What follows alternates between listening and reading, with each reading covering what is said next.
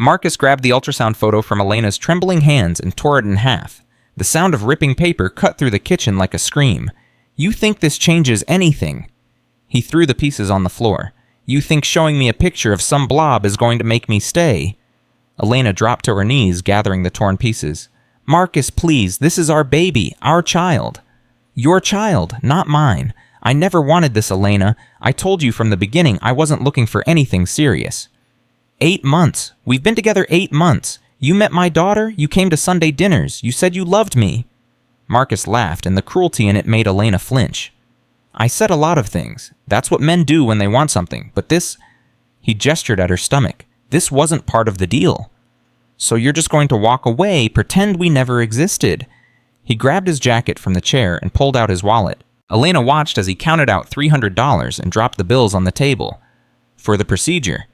Take care of it and we can talk about trying again in a few months." "Don't take care of it and you'll never see me again." Elena stared at the money like it was poison. "You're asking me to end my pregnancy. I'm giving you a choice, a smart choice. You already have one kid you can barely afford. You work 3 jobs and still can't make rent on time. What kind of life are you going to give another child?" The words hit her exactly where he intended. Every insecurity she had, every fear she carried, he had weaponized them all in a single breath. "Get out," she whispered. "Elena, be reasonable." "Get out of my house." Marcus shrugged and walked to the door. He paused with his hand on the knob. "You'll regret this. 6 months from now, when you're exhausted and broke, and alone with a screaming newborn, you'll remember I gave you a way out." The door slammed behind him. Elena sat on the kitchen floor clutching the torn pieces of her baby's first photograph and wondered if he was right. She wondered if she had just made the biggest mistake of her life. 6 months later, a letter arrived about an inheritance worth $5. Just $5. But what Elena found inside that crumbling building would prove that sometimes the things the world calls worthless hold more value than anyone could imagine. Before we continue, tell me where you're watching from in the comments below. And if this story touches your heart, subscribe to our channel because tomorrow I have something truly special waiting for you. Now let's see what Elena discovered. The alarm screamed at 4:30 in the morning, same as it had every day for the past 4 years. Elena's hand shot out from under the thin blanket to silence it before the second beep could wake Sophia. Her fingers found the phone in the darkness, and for one moment she allowed herself to check for messages. Nothing from Marcus. It had been 5 months since he walked out. She didn't know why she still checked. Elena sat up slowly, feeling her lower back protest against the movement. She was 7 months pregnant now, her belly round and heavy, her body keeping a detailed record of every hour she spent on her feet, every floor she scrubbed, every grocery bag she lifted. The studio apartment was small enough that she could see everything from her bed. Kitchen along one wall, bathroom to her left, Sophia's corner hidden behind the curtain Elena had sewn from clearance fabric. One window that faced the parking lot of the complex, offering a view of cracked asphalt and overflowing dumpsters. She had lived here for 3 years. She still hadn't hung anything on the walls except a calendar from the dollar store and one photograph in a plastic frame. The photo showed Elena with her mother Rosa and a baby Sophia, all 3 of them smiling at the camera. That was 15 years ago, before Rosa got sick, before the medical bills consumed everything, before Elena learned that survival was a full-time job. She stood and moved through her morning routine with the efficiency of someone who had done it 1,000 times. Coffee first. Cheap instant powder mixed with water heated in the microwave. She had sold the coffee maker last year when the electric bill got too high. While the water heated, she pulled on her housekeeping uniform. Gray pants, white polo shirt with Riverside Hotel embroidered on the chest. The shirt was getting tight around her stomach. She had been wearing an apron over it to hide the pregnancy from her supervisor. So far, Gerald hadn't noticed, or if he hadn't said anything. She couldn't afford for him to notice. Pregnant women got sent home. Pregnant women got replaced. Pregnant women became problems that managers didn't want to solve. Elena drank her coffee standing at the counter, looking at the stack of bills held down by a ceramic cat figurine Sophia had made in 3rd grade. Electric bill 3 days past due. Water bill due next week. Credit card statement with a balance that never seemed to shrink. Medical bills from when she had that kidney infection last year and couldn't afford to miss work, so she waited until she collapsed and someone called an ambulance. The math was brutal. Her hotel job paid for rent barely. The grocery store covered utilities and food barely. The office cleaning 3 nights a week went to everything else, and there was never enough left over. There was never enough for anything. She finished her coffee and rinsed the cup. Before leaving, she walked to Sophia's curtain and pulled it back just enough to see her daughter sleeping. Sophia was 16 now, growing into a young woman who looked more like Rosa every day. Dark hair spread across the pillow, sketchbook on the nightstand, pencils scattered beside it. Sophia wanted to go to art school. She had been researching programs for months, filling out applications she never submitted because the application fees alone were more than Elena could spare. Every conversation about the future ended the same way, Sophia's hope crashing against the rocks of their financial reality. Elena let the curtain fall and left for work. The drive to the Riverside Hotel took 22 minutes if she hit every green light. She never hit every green light. This morning, she arrived at 5:04, 4 minutes late, and found Gerald waiting at the employee entrance with his arms crossed. "You're late." Traffic was bad. There was an accident on Route 9. "There's always something isn't there, Elena. Last week, it was your daughter missing the bus. Week before that, your car wouldn't start. What's next week going to be?" Elena bit back the response she wanted to give. She needed this job. She needed every job. "It won't happen again." Gerald studied her with the particular disdain of a man who enjoyed having power over people who couldn't fight back. "You've been moving slower lately, taking longer to finish your rooms. Some of the other girls have noticed." Elena's hand moved instinctively to her stomach before she caught herself. "I've had some health issues. Nothing serious. I'm handling it." "See that you do. We have a full house this weekend. Business conference. I need everyone at their best. Can I count on you?" "Yes." Gerald nodded and stepped aside to let her pass. Elena walked to the supply closet, her heart pounding. She had maybe 6 weeks before her pregnancy became impossible to hide. 6 weeks to figure out how to survive when she couldn't work anymore. The morning shift passed in a blur of stripped beds and scrubbed bathrooms. Elena worked steadily, pacing herself, trying not to move in ways that would reveal her condition. Her back ached constantly now. Her feet swelled inside her shoes. Twice she had to stop and lean against a wall, waiting for a wave of dizziness to pass. At noon, she took her break in the supply closet, sitting on an overturned bucket with her lunch in her lap. 2 peanut butter sandwiches on wheat bread. An apple she had taken from the complimentary fruit basket in the lobby yesterday when no one was looking. Marta found her there, the older woman's face creased with concern. "You look terrible, mija." "Thanks. You always know how to make a girl feel special." Marta sat down on another bucket and pulled out her own lunch. She was 58 years old, had worked housekeeping at this hotel for 23 years, and had become something like a surrogate mother to Elena since Rosa died. "Gerald was watching you this morning, following you room to room. He suspects something. He suspects I'm getting lazy. He suspects you're pregnant." Elena set down her sandwich. "Is it that obvious? To anyone with eyes, yes. The apron helps, but you waddle now, and you keep touching your stomach when you think no one is looking." "I don't waddle. Like a penguin carrying a watermelon." Despite everything, Elena laughed. It felt strange, almost wrong, to laugh when her life was falling apart, but Marta had that effect on her. "What am I going to do, Marta? When he figures it out, he'll send me home. Company policy. Pregnant employees have to take leave after 7 months. "Unpaid leave? Of course unpaid. And then what, I can't survive on 2 jobs. I can barely survive on 3? Marta was quiet for a moment, chewing her sandwich thoughtfully. "Have you thought about asking the father for help?" Elena's expression hardened. "There is no father. There's just a man who left $300 on my kitchen table and told me to take care of it." "Hijo de puta." "Something like that." "What about family? Anyone who could help?" "You know I don't have family. My mother's gone. My father left before I was born. No aunts, no uncles, no cousins. It's just me and Sophia." "And the baby?" Elena touched her stomach. The baby kicked as if responding to the mention. "And the baby." Marta reached over and squeezed Elena's hand. "Something will work out. It always does." "Does it?" "Because from where I'm sitting, things just keep getting worse." "That's what my mother used to say before she won the lottery." Elena raised an eyebrow. "Your mother won the lottery. $50, but still, my point is, you never know when things are going to change." Elena finished her sandwich and checked the time. Break was almost over. "I should get back." "Elena." Marta's voice was serious now. "Whatever happens, you're not alone. You know that, right? I'm here. The other girls are here. We look out for each other." The kindness threatened to break something inside Elena. She nodded quickly and stood, not trusting herself to speak. That afternoon, she drove to the grocery store for her second shift. Her register was near the front door, which meant cold drafts every time a customer entered and constant exposure to Gerald's equivalent. At This job, a floor manager named Diane, who seemed to believe that surveillance was the highest form of leadership. The shift dragged. Elena's feet screamed inside her shoes. Her back felt like someone had driven a spike through her spine. The baby was positioned badly pressing against her bladder, sending her to the bathroom every 45 minutes. At 7:30, Diane appeared beside her register during a lull. "You've been taking a lot of bathroom breaks." "I'm sorry, I have a bladder infection." "You should see a doctor about that." "I plan to, when I have time." Diane looked her up and down with the evaluating gaze of someone calculating how much trouble an employee might become. "You've been here 2 years, right? 2.5.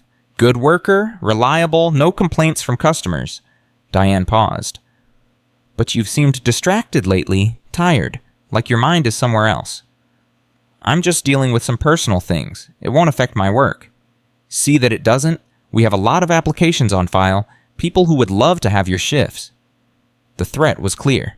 Elena smiled automatically and thanked Diane for her concern. The words tasted like ash in her mouth. She finished her shift at 8 and drove home through evening traffic, too exhausted to turn on the radio. The apartment was dark when she arrived. Sophia's curtain was closed, but Elena could see light flickering beneath it. Her daughter was watching something on her phone, probably YouTube videos about art techniques or fashion design. Elena heated up leftover soup and ate standing at the counter. She didn't have the energy to sit down because she wasn't sure she would be able to get back up. Her phone buzzed. A text from the office building where she cleaned 3 nights a week. "Extra shift available tomorrow night, $15 an hour. Let me know if interested." $15 an hour was more than her usual rate. It would mean working until midnight, then waking at 4:30 to do it all again. It would mean pushing her body past every reasonable limit. Elena typed back, "I'll take it." She was rinsing her soup bowl when Sophia emerged from behind the curtain. "You're home late. Traffic." "You always say that." Sophia leaned against the counter arms, crossed, watching her mother with the particular scrutiny of a teenager who noticed everything and approved of nothing. "You look terrible." "Second person to tell me that today. I'm starting to sense a theme." "Mom, I'm serious. You're going to make yourself sick." "I'm fine." "You're not fine. You're pregnant and working 3 jobs and you barely sleep and you never eat anything except peanut butter sandwiches. That's not fine. That's a disaster waiting to happen." Elena set down the bowl and turned to face her daughter.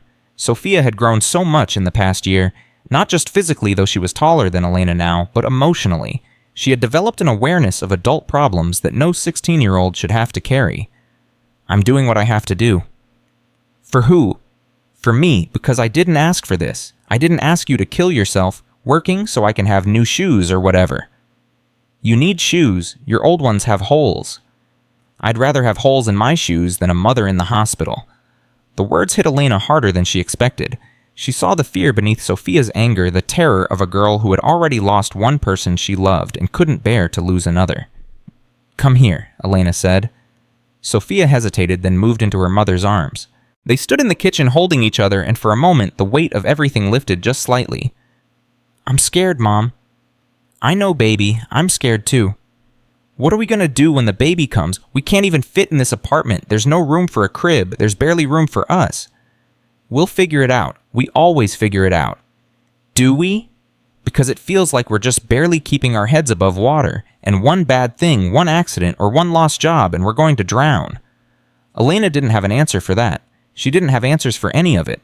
All she had was the next shift, the next bill, the next problem to solve.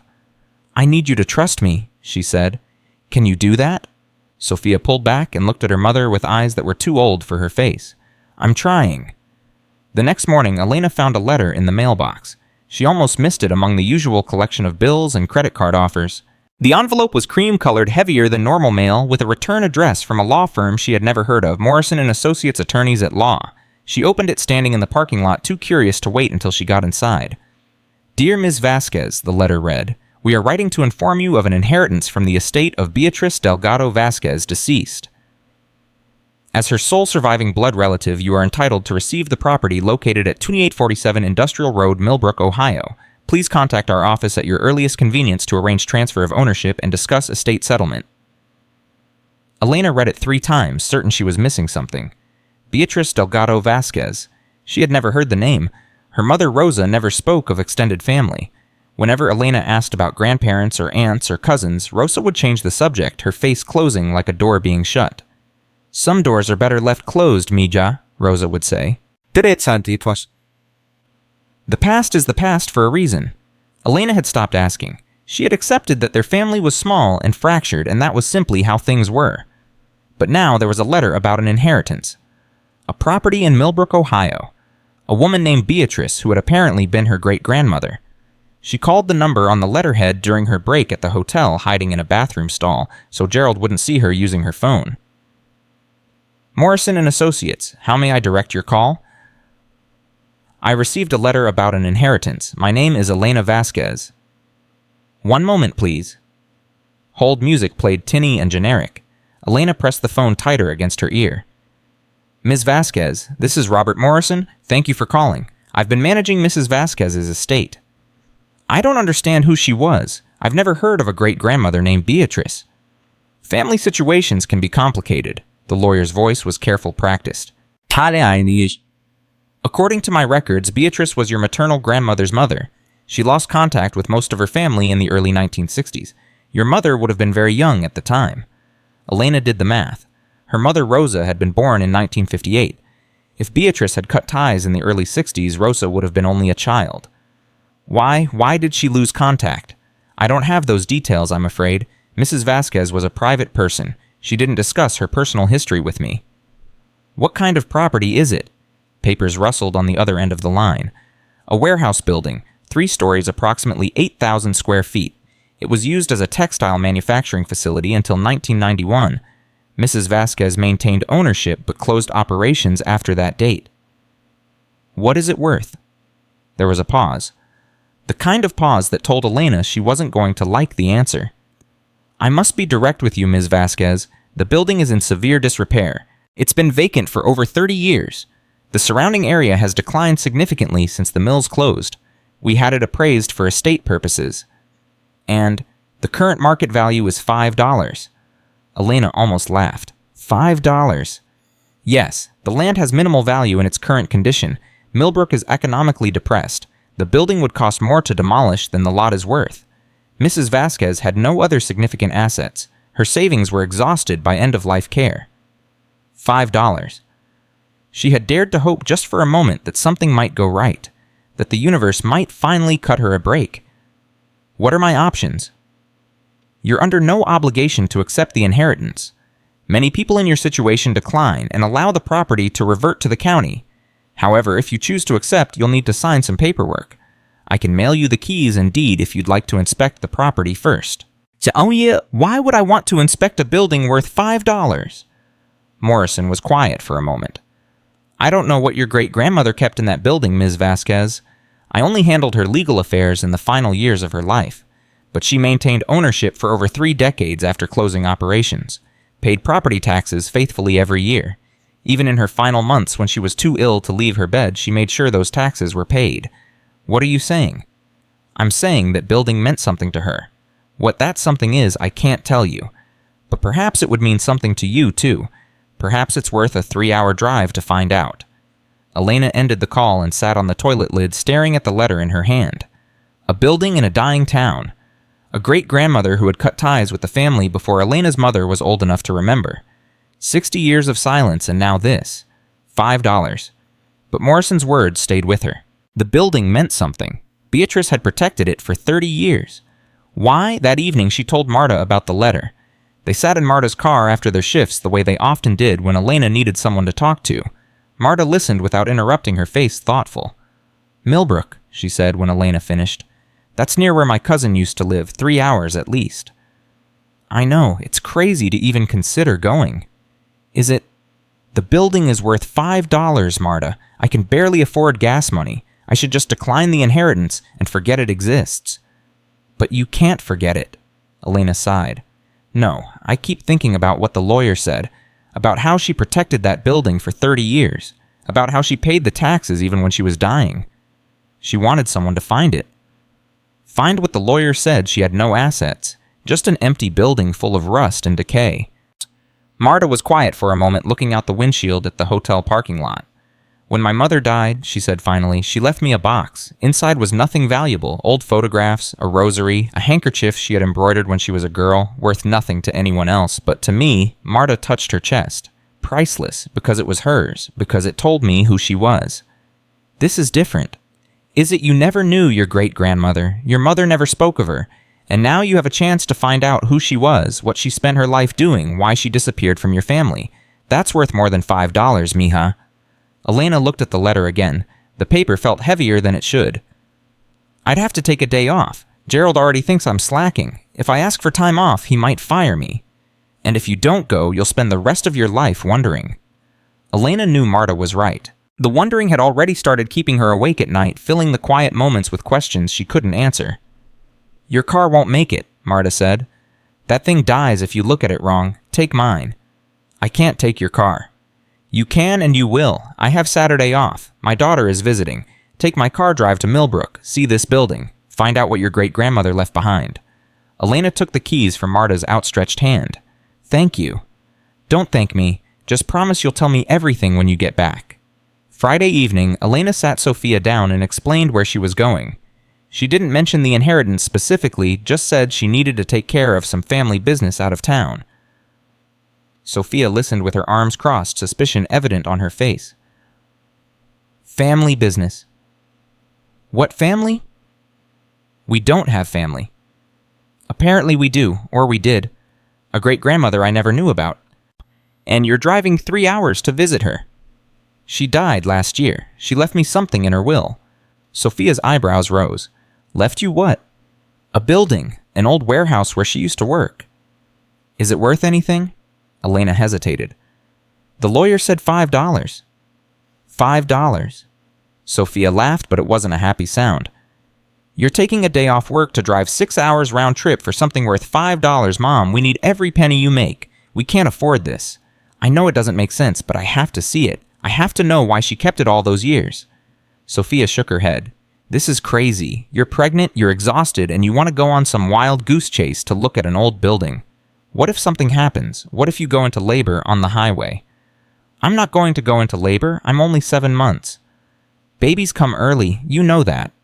Elena reached for her daughter's hands. Sophia, I need to do this. I can't explain why. But something is telling me this matters. Please, trust me. Sophia's expression softened just slightly. Fine, but you're calling me every 2 hours. And if anything feels wrong, anything at all, you turn around and come home. Deal. Saturday morning arrived gray and cold. Elena woke before dawn, unable to sleep, her mind already racing ahead to what she might find. She dressed warmly, packed a bag with snacks and water, and charged her phone completely. Before she left, she stood in front of the photograph on her nightstand. Rosa smiled at her from 15 years in the past, arms around a baby Sophia face full of hope. Who was she, Mom? Elena whispered. Who was Beatrice? Why didn't you ever tell me? The photograph offered no answers. The drive took 3.5 hours through flat Ohio countryside. Elena passed farms and small towns, crossed rivers and railroad tracks, watched the landscape shift from suburban sprawl to rural emptiness. Millbrook announced itself with a faded sign, Welcome to Millbrook, population 4127, a great place to live. Beneath those words, spray-painted in red, for nobody. The town was dying. Elena could see it in every boarded storefront, every sagging porch, every empty lot where buildings used to stand. The streets were nearly deserted despite it being late morning. The few people she saw moved slowly, shoulders hunched, faces blank. She followed her phone's directions to Industrial Road. The street had clearly been the heart of the town's economy once. Massive brick buildings lined both sides, most of them abandoned now. Windows, broken loading docks, collapsing weeds growing through cracked pavement. Number 2847 was near the end. Elena pulled into the parking lot and stopped the car. For a long moment she just sat there, hands on the wheel, staring at what she had inherited. The building was 3 stories of red brick, almost entirely consumed by ivy and dead vines. Every window on the ground floor was broken or boarded. Graffiti covered the walls in layers, years of vandalism built up like sediment. Part of the roof had caved in, leaving a gaping wound in the structure. $5. Looking at it, she understood why. She got out of the car and approached the building, slowly picking her way through broken glass and twisted metal. The front entrance was blocked by collapsed debris. Wooden beams had given way, bringing part of the second floor down with them. Elena circled the building, looking for another way in. On the north side, she found a smaller door, metal rusted but intact. A padlock hung from the latch, orange with age. She pulled out the keys the lawyer had sent. The first key didn't fit the padlock. She examined the door more closely and realized the lock's screws had rusted through. A firm tug and the whole assembly pulled free. The door opened with a shriek of protest. Elena clicked on her flashlight and stepped inside. The beam cut through dust-thick air, revealing a space that had once been a workshop. Long wooden tables stretched in rows, their surfaces scarred by decades of use. Industrial sewing machines sat frozen in rust. Bolts of fabric, rotted beyond recognition, slumped against walls. The smell hit her next. Mold and decay and something chemical that burned her nose. She moved deeper into the building, her flashlight sweeping across debris and abandoned equipment. On one table, she found scissors rusted shut. On another, spools of thread that crumbled when she touched them. A calendar hung on the wall, turned to March 1991. The month everything stopped. Near the back of the room, she found a photograph in a cracked frame. The image showed a woman standing in this very space, younger and proud, her hand resting on a dress form draped in white fabric. Dark hair pulled back, eyes that held both determination and sadness. Elena turned the frame over. On the back, in faded handwriting, B. V. 1978. First bridal commission. Beatrice. This was Beatrice. Elena studied her great-grandmother's face, searching for resemblance. The shape of the jaw, the arch of the eyebrows. Family features passed down. Through generations from Beatrice to Rosa to Elena to Sophia, she put the photograph in her bag and continued exploring.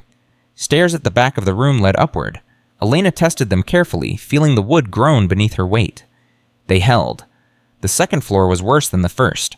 Water damage had destroyed most of the ceiling. Filing cabinets stood open and empty. A desk had collapsed into rotted splinters. But in the far corner, Elena saw something that made her heart beat faster. A door. Heavy metal unlike anything else in the building. The latch looked newer, maintained somehow, even as everything else fell apart. Painted on the door in faded white letters, Private, B. Vasquez. Elena tried the handle. Locked. She pulled out the second key from the ring. It slid into the lock smoothly. The mechanism turned with a solid click that echoed through the empty floor. She pushed the door open. The air inside was different. Dry and still climate-controlled. Somehow sealed away from the decay that had consumed everything else. Elena stepped through and found herself in another world. Shelves lined every wall floor to ceiling. Garment bags hung in neat rows. Fabric-wrapped bundles filled every available space. Wooden crates stacked 3 and 4 high. Elena moved to the nearest garment bag and unzipped it with trembling hands. A wedding dress. But not just any wedding dress. This was art. White silk, hand-embroidered with patterns so intricate they seemed to move in the flashlight beam. Lacework that flowed like water. Beading that caught light and scattered it into tiny rainbows. At the hem embroidered in thread, almost too fine to see B. Vasquez, 1962. Beatrice made this. Elena opened another bag. An evening gown in deep burgundy, covered in embroidered roses, so realistic they looked ready to bloom. Another bag held a quinceañera, dress pink and elaborate, fit for a princess. Another contained a christening gown delicate as a whisper. She moved through the room in a daze, opening bags and crates, finding masterpiece after masterpiece. Each piece was signed and dated. A timeline of Beatrice's work spanning from the 1950s through the 1980s. On a shelf near the back, she found a leather journal. Elena opened it carefully, and Beatrice's voice rose from the pages. April 3rd, 1959. Completed the Hernandez wedding gown today. Mrs. Hernandez wept when she saw it. She said her daughter would look like an angel walking down the aisle. I charged $300, barely enough to cover the silk. The department stores sell machine-made dresses for $50. But those dresses will fall apart in a year. This one will last forever. This one has my soul stitched into every seam. Elena turned the pages. November 15th, 1967. Another rejection from the boutiques in Columbus. They want modern, they say. They want fast and cheap. They don't understand that true craft cannot be hurried. My mother taught me these stitches. Her mother taught her. I carry generations in my fingers, and they want me to work like a machine. September 8th, 1972, a magazine came today. They photographed my work, called me the last great embroiderer of the Midwest.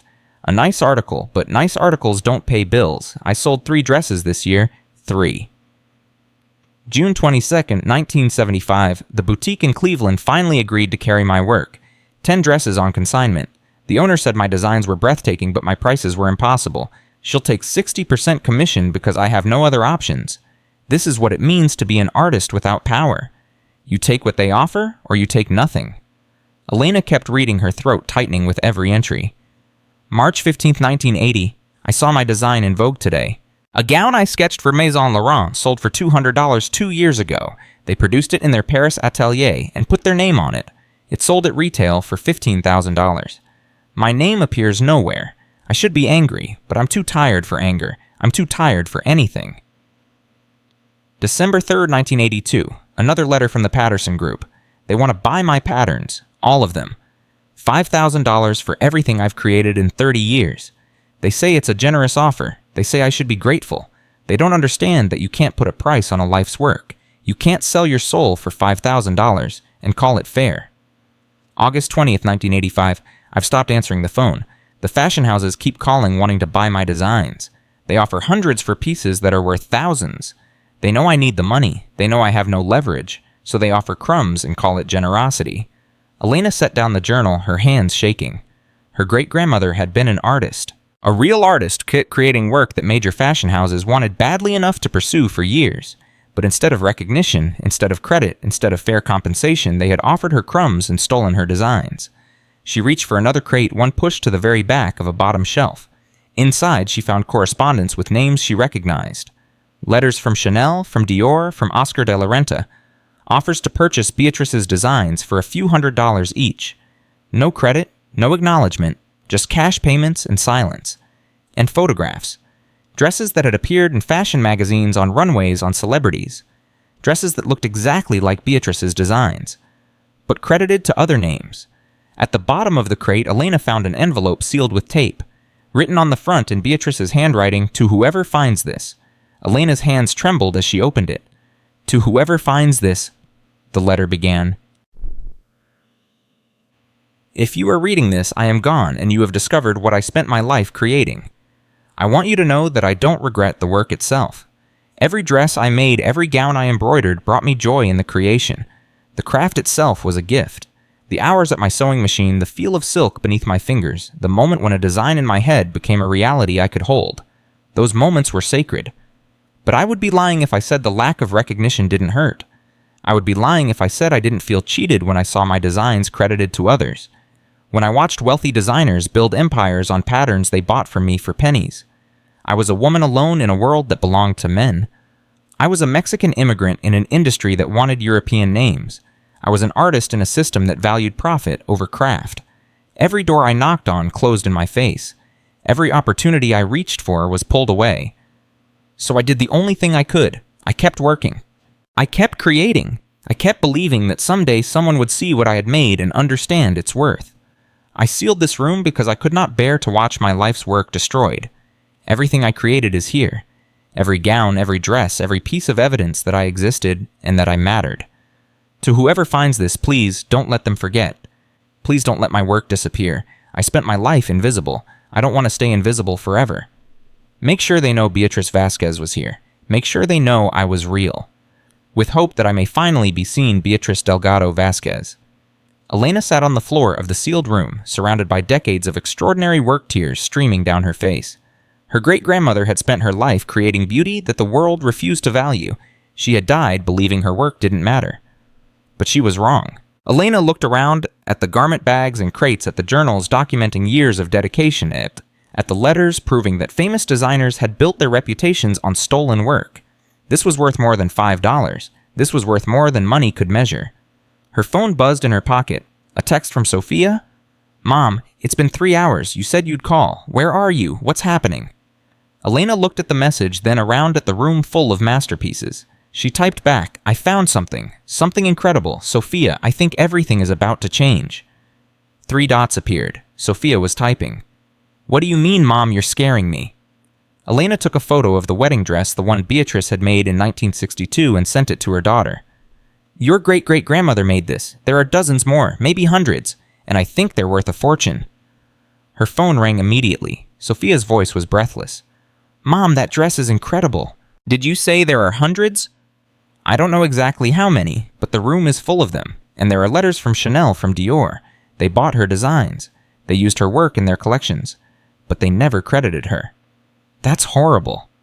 "It's worse than horrible. It's theft. They stole from her for decades." Sophia was quiet for a moment. "Mom, if this is real, if these dresses are worth what you think they might be worth." I know. What are you going to do? Elena looked at Beatrice's letter, still clutched in her hand. I'm going to make sure the world knows her name. I'm going to make sure she's finally seen. She heard Sophia take a breath on the other end of the line. I want to help. When you get home, I want to see everything. I want to know who she was. It was the first time in months that Sophia had expressed interest in anything Elena was doing. The first time she had offered help instead of criticism. I'd like that, Elena said. I'd like that very much. She ended the call and stood slowly, her back protesting her baby kicking against her ribs. Beatrice Vasquez had asked not to be forgotten. Elena looked around at the life's work of a woman the world had ignored, and she made a promise. She would make sure Beatrice's name was remembered. She would make sure these dresses were seen and valued and credited to the woman who created them. And somehow, in honoring her great-grandmother's legacy, Elena felt something shift inside herself. For the first time in years, she had something more than survival to work toward. She had a purpose. She carefully locked the door to the sealed room and made her way back through the crumbling building. The afternoon light was fading outside, painting the abandoned street in shades of gold and shadow. Elena sat in Marta's car and called the lawyer. Mr. Morrison, this is Elena Vasquez. I want to accept the inheritance. All of it. And I need to know how to authenticate a collection of vintage dresses. There was a pause on the other end of the line. Ms. Vasquez, did you find something in that building? I found everything, Mr. Morrison. I found my great-grandmother's entire life's work, and I think it's going to change everything. The drive home took 4 hours instead of 3.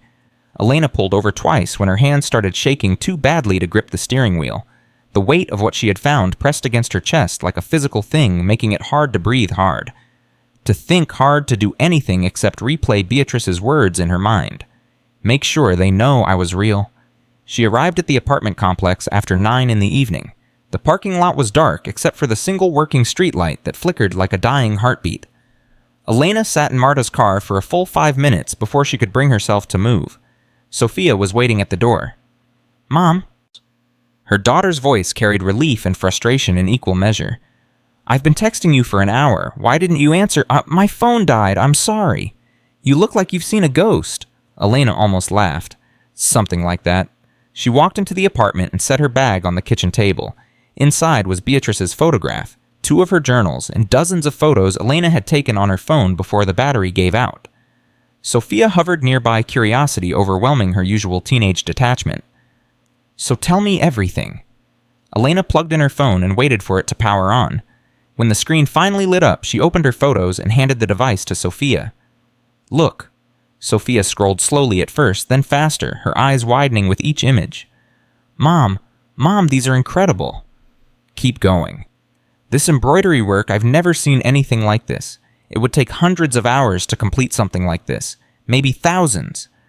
Your great-great-grandmother made every single piece by hand. No machines, no shortcuts, just her and her needle and her vision. Sophia reached a photo of one of Beatrice's journal entries and stopped scrolling. She wrote about Dior. They bought her designs. So did Chanel. So did Oscar de la Renta. They paid her a few $100s for patterns they sold for thousands. That's theft. It's worse than theft. They erased her. They took her work and put their names on it. She spent her whole life creating beauty and no one ever knew it was hers. Sophia set down the phone and looked at her mother with an expression Elena had never seen before. Something fierce, something determined. We have to fix this.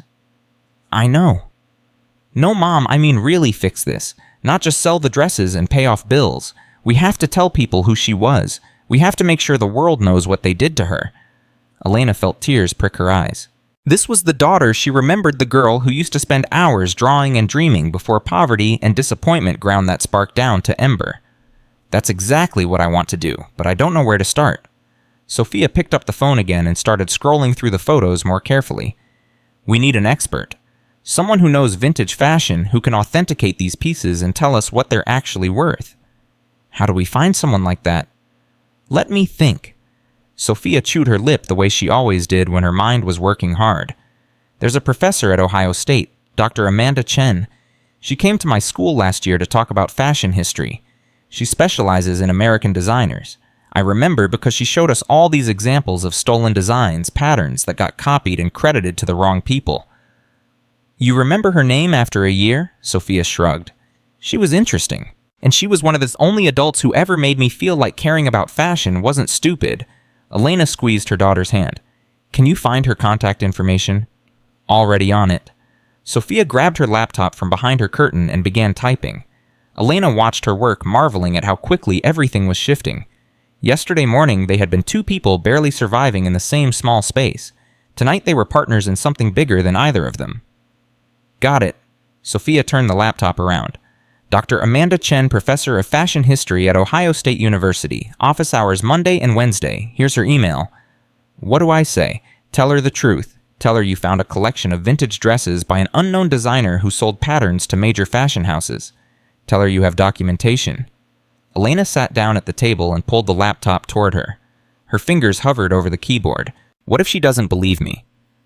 Then we find someone else, but we have to try. Elena began typing. Dear Dr. Chen, my name is Elena Vasquez. I recently inherited a building from my great-grandmother Beatriz Delgado Vasquez, who passed away last year at the age of 94. Inside the building, I discovered a sealed room containing what appears to be her life's work, dozens of handmade dresses, gowns, and embroidered pieces dating from the 1950s through the 1980s. I also found journals and correspondence indicating that she sold designs to several major fashion houses including Chanel and Dior, but never received credit. I'm reaching out because I need help authenticating this collection and understanding its historical significance. I've attached several photographs. I would be deeply grateful for any guidance you could provide. Thank you for your time.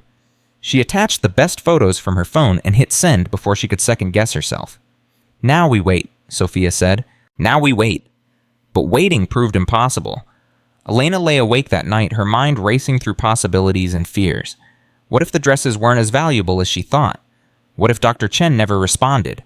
What if everything she had found was meaningless, just the delusions of an old woman, who had died alone? The baby kicked hard against her ribs and Elena placed her hand on her stomach. I know, she whispered. I can't sleep either. Monday morning arrived with no response from Dr. Chen. Elena went to work at the hotel, her body present, but her mind 3 hours away in that sealed room. Gerald noticed her distraction immediately. Vasquez, you missed a spot in room 312. I'll go back and fix it. You'll go back and fix it on your break. I'm not paying you to do the same job twice. Elena bit back her response and kept working. By noon, she had checked her email 17 times. Nothing. At the grocery store, Diane commented on her speed. You're moving faster than usual, somewhere you need to be. Just trying to stay focused. Well, keep it up. Maybe you'll finally earn that raise you've been asking about.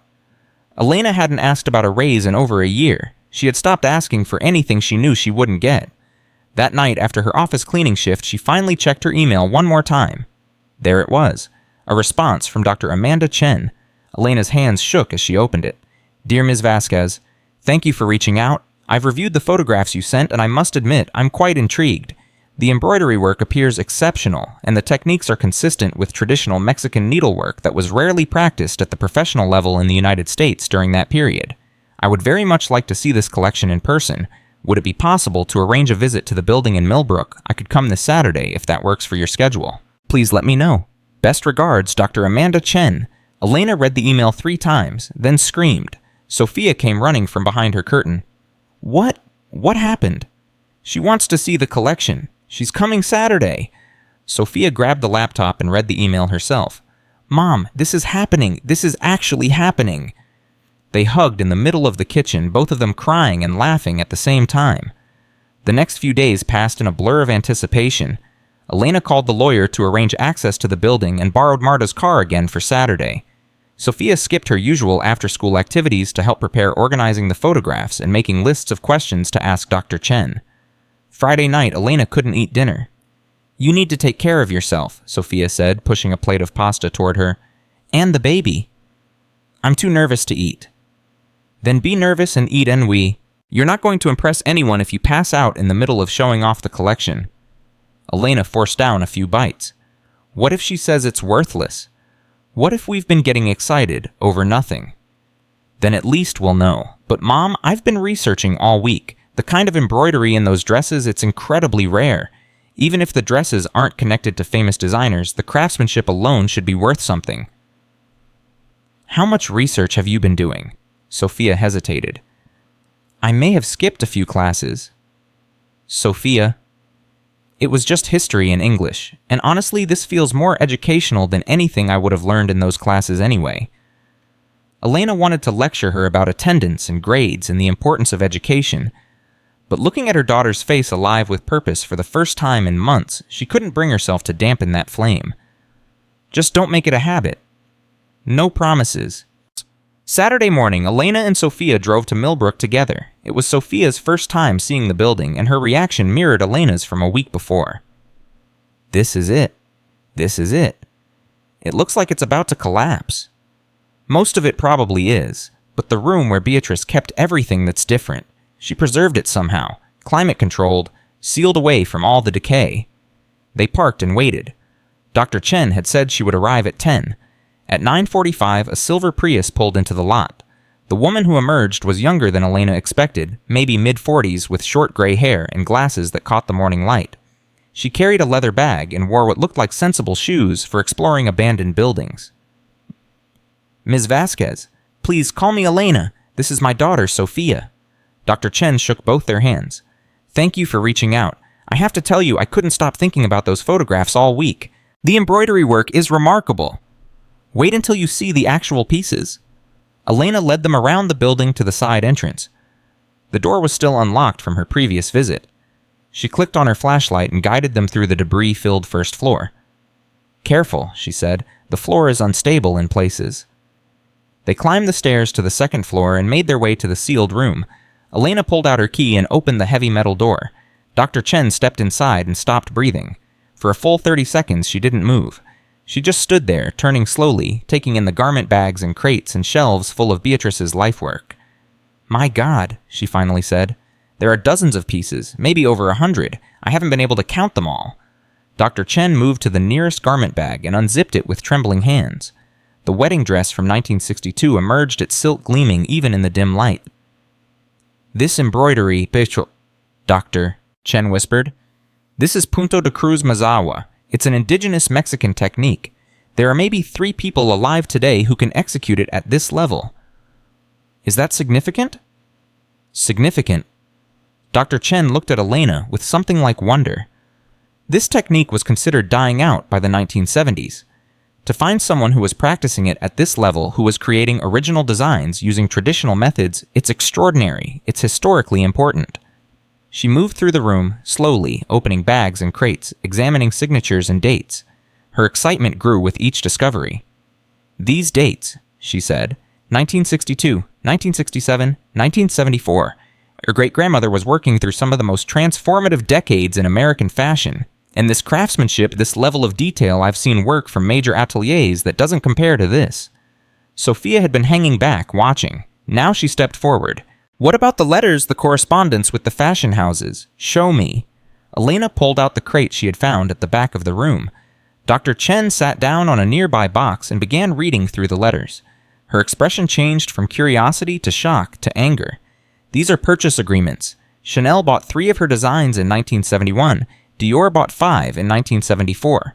Oscar de la Renta bought at least a dozen between 1978 and 1985.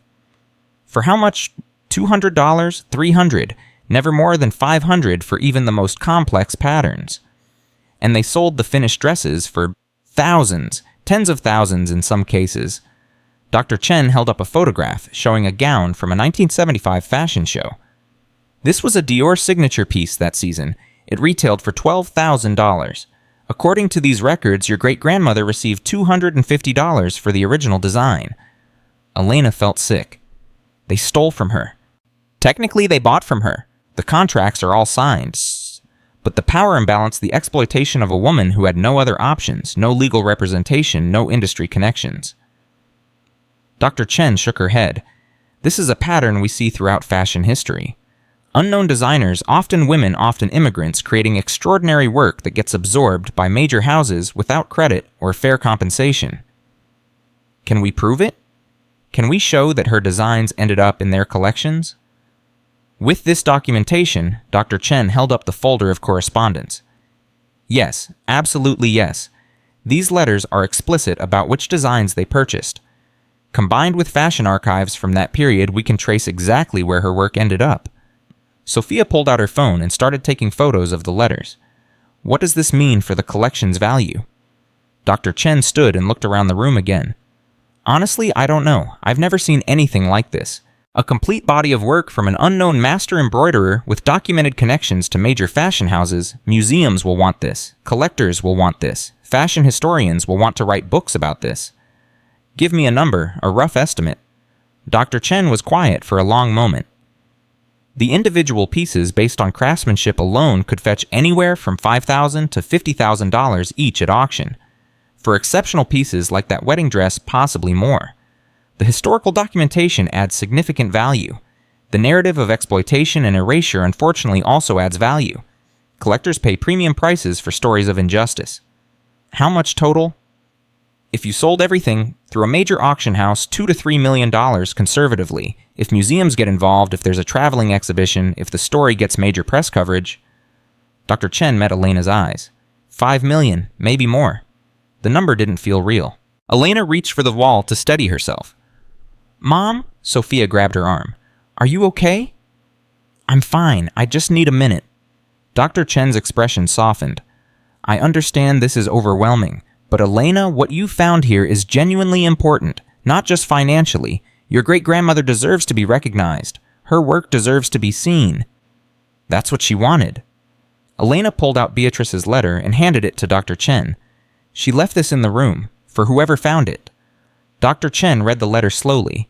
When she finished, there were tears in her eye. She knew what her work was worth, even if no one else did, and she held on to hope that someday someone would see it. I want to honor that hope. I don't just want to sell everything and walk away.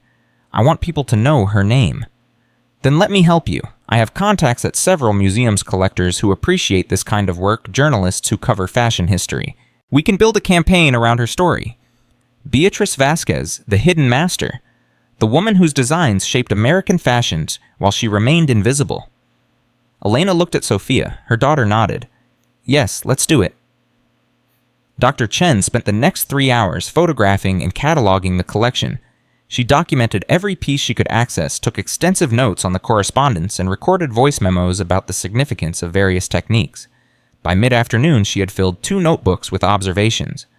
I need to bring a team here, she said. Conservators, photographers, maybe a videographer to document everything properly. Can we arrange that? I'll talk to the lawyer, make sure we have proper access. Good. In the meantime, I want to start reaching out to some contacts. There's a curator at the Metropolitan Museum who would lose her mind over this, and I know a journalist at the New York Times who covers exactly this kind of story. How soon can things start moving? That depends on you. How quickly do you want this to become public? Elena thought about her jobs, her pregnancy, the bills piling up on her kitchen counter. She thought about Gerald's suspicious eyes and Diane's veiled threats. She thought about the baby growing inside her, about Sophia's dreams of art school, about the life they were barely surviving. As soon as possible. Then I'll start making calls tomorrow. They locked up the building and walked back to the parking lot. The afternoon sun was warm on Elena's face, and for the first time in years, she felt something like hope. Thank you, Helen, she said to Dr. Chen, for believing this might be real.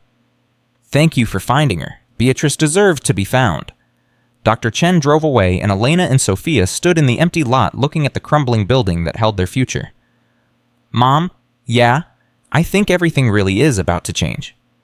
Elena put her arm around her daughter. I think you might be right. 2 weeks passed. Dr. Chen moved faster than Elena could have imagined.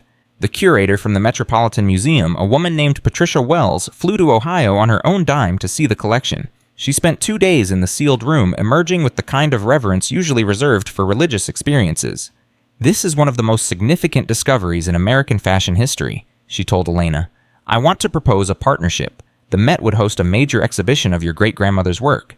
We would handle conservation catalog production, all the logistics. In exchange, we'd ask for first right of refusal on any pieces you might consider donating or selling to the museum. What kind of numbers are we talking about?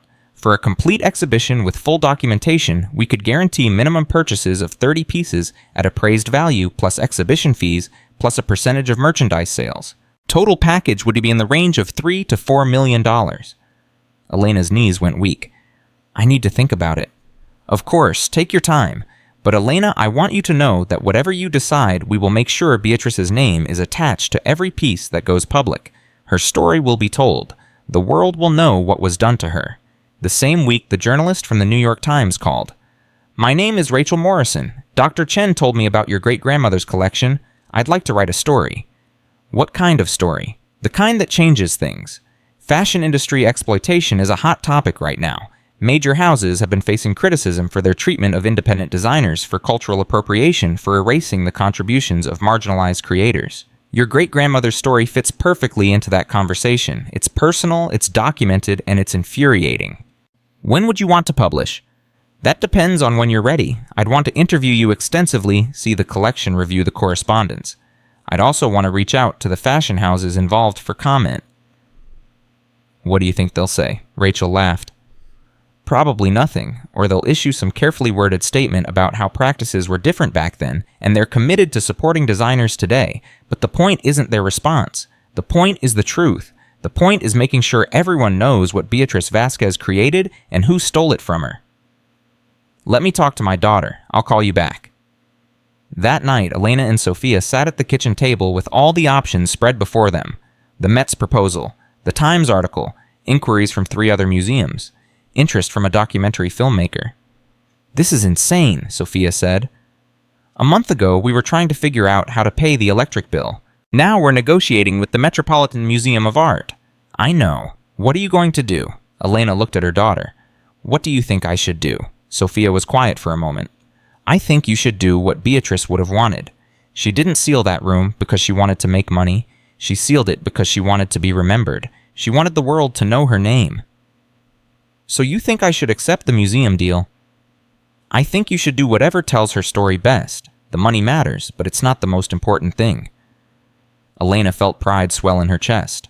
Her daughter understood something that took many people a lifetime to learn. "I raised you right. You raised me broke. There's a difference." They both laughed, and for a moment the weight of everything lifted. The next morning, Elena called Rachel Morrison at the Times. "I'm ready to talk." The interview took place 3 days later at Elena's apartment. Rachel arrived with a photographer and spent 4 hours asking questions about Beatrice, about the discovery, about what Elena hoped would happen next. "What do you want people to know about your great-grandmother?" Elena thought carefully before answering. "I want them to know she was an artist, not a victim, not just someone who got exploited, but a genuine artist who created beautiful things because she loved creating them.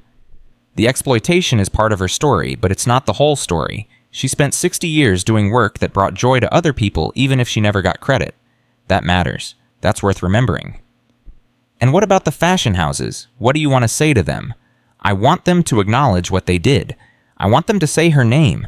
I want them to admit that some of their most celebrated designs came from a woman they paid $200 and then erased from history." Rachel nodded and made notes. "One more question. If Beatrice could see what you're doing now, what do you think she would say?" Elena's eyes filled with tears. "I think she would say thank you. I think she would say it was worth it. All those years of working alone, creating alone, hoping alone. I think she would say someone finally sees me." The article published 2 weeks later. The headline read, "The Hidden Hand, How One Woman's Designs Shaped Fashion While She Remained Invisible." Elena's phone didn't stop ringing for 3 days. The story went viral. News outlets picked it up. Social media exploded with outrage and support. Fashion bloggers analyzed Beatrice's work. Industry insiders shared their own stories of exploitation. 3 of the fashion houses mentioned in the article issued statements expressing regret for any historical inequities without actually admitting wrongdoing. But the public wasn't buying their non-apologies. The backlash was swift and fierce. Hashtags appeared. #Justice for Beatrice. #See her name. Fashion exploitation. A petition demanding that Dior formally credit Beatrice for the designs they had purchased gathered 200,000 signatures in a week, and through all of it, Elena kept working. She still went to the hotel at 5 in the morning. She still stood at her register at the grocery store. She still mopped floors at the office building 3 nights a week. The money from the inheritance hadn't materialized yet, just promises and proposals and contracts being reviewed by lawyers. But everything felt different now. Gerald stopped watching her so closely. Word had spread through the hotel about the news article, and suddenly Elena was someone worth being careful with. "Vasquez," he said one morning, his tone almost friendly. "I hear congratulations are in order." "We'll see. If you need any time off to handle your business, just let me know. We can work something out." Elena wanted to laugh in his face. 6 weeks ago, he had threatened her job for being 4 minutes late. Now he was offering flexibility. I appreciate that. At the grocery store, Diane's attitude shifted too. I saw you on the news. That's quite a story. It's my great-grandmother's story. I'm just telling it. Still, pretty impressive. Let me know if you need anything. The hypocrisy was nauseating, but Elena smiled and nodded. She had learned long ago that fighting people like Gerald and Diane wasn't worth the energy. Better to survive them and move on. The real change came from Sophia. Her daughter had transformed in the weeks since the discovery. She spent hours researching Beatrice's techniques, practicing embroidery stitches, filling sketchbooks with designs inspired by her great-great-grandmother's work. I want to apply to FET, she announced one evening. The Fashion Institute of Technology in New York. They have a program in textile design. That's a competitive school. I know. But Mom, I have something nobody else has. I'm the great-great-granddaughter of Beatrice Vasquez. I have access to her techniques, her journals, her legacy. That has to count for something. It counts for everything, Sophia grinned. So can I apply? Baby, you can apply anywhere you want. 8 months pregnant now. Elena felt the baby kick as if in agreement. The Metropolitan Museum made their final offer the following week. Patricia Wells called personally. We'd like to propose a comprehensive exhibition, Beatrice Vasquez, the Hidden Master, opening in 18 months, running for 1 year, traveling to 3 additional museums after the New York run. Full catalog documentary partnership educational programming. And the financial terms. Purchase of 40 pieces for our permanent collection at individually appraised values ranging from $8,000 to $60,000 per piece. Total purchase value $1.8 million. Exhibition fees and licensing $400,000. Projected merchandise rouse revenue share between $200,000 and $500,000 depending on attendance. Total package value $3 million, minimum potential for significantly more. $3 million. Elena had to sit down. There's one more element, Patricia continued. We've been in contact with Chanel Dior and Oscar de la Renta about participating in the exhibition. All 3 have agreed to display their pieces alongside your great-grandmother's original designs. They're also establishing a joint fellowship in her name, the Beatrice Vasquez Fellowship for Independent Designers. $50,000 annually to support emerging creators from underrepresented backgrounds. They're doing this voluntarily. Let's say they've been strongly encouraged by public sentiment. The fellowship was their idea, actually, a way to begin making amends. Elena felt tears streaming down her face. She would have loved that, knowing her work was helping other artists. So what do you say? Do we have a deal? Elena thought about Beatrice alone in that warehouse creating beauty no one would see. She thought about the letter asking to be remembered. She thought about her daughter finding purpose and her unborn child entering a world where their family legacy meant something. Yes, we have a deal. The paperwork took another month to finalize. Lawyers reviewed every clause. Insurance was arranged for the collection's transport. Conservation teams prepared protocols for handling pieces that had been sealed away for decades. Through it all, Elena kept working her 3 jobs. The money still hadn't arrived and bills still needed paying. But now, when she cleaned hotel rooms or scanned groceries or mopped office floors, she did it with the knowledge that everything was about to change. Sophia received her acceptance letter from FIT on a Tuesday in March. She came running into the apartment, waving the envelope like a flag of victory. I got in, Mom, I got in. They screamed and cried and hugged until Elena's back hurt and the baby kicked in protest. They said my portfolio was one of the most unique they had ever seen, Sophia said, reading from the letter. They were particularly impressed by my incorporation of traditional Mexican embroidery techniques and my personal connection to the legacy of Beatrice Vasquez. You earned this. We earned this. None of it would have happened without you finding that building. Elena touched her daughter's face. Your great-great-grandmother would be so proud of you. I know, I can feel her sometimes when I'm working on designs, like she's guiding my hands. Maybe she is. 2 weeks later, Elena's water broke. She was at the grocery store in the middle of her shift, scanning a customer's items when she felt the warm rush down her legs. Oh, she said. Then, oh no. Sick deal. Diane appeared immediately. What's wrong? The baby. It's coming. What followed was a blur of ambulances and hospital rooms and nurses asking questions Elena couldn't focus on enough to answer.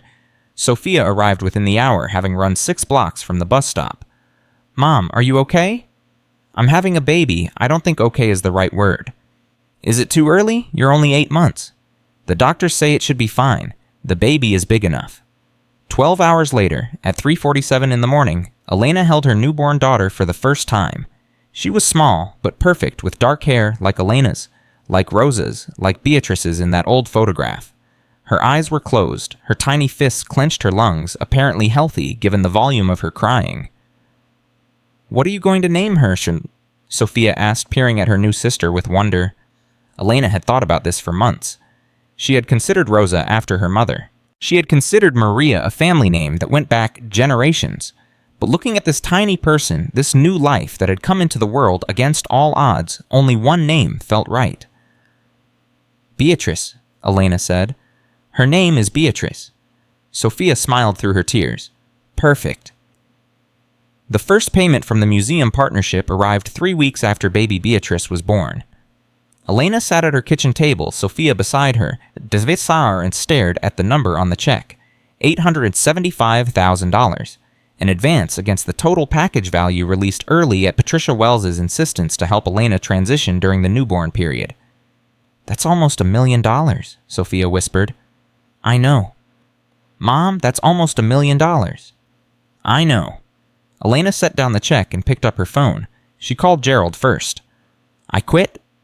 The silence on the other end was deeply satisfying. "I'm sorry."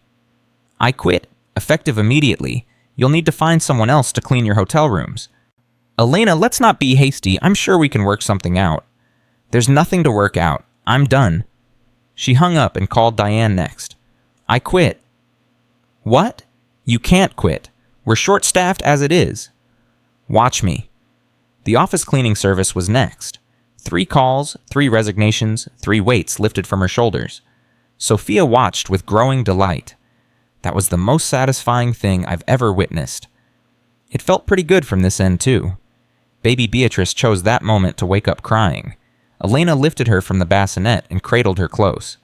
"It's okay, little one. Everything's okay now." And for the first time in longer than she could remember, Elena actually believed it.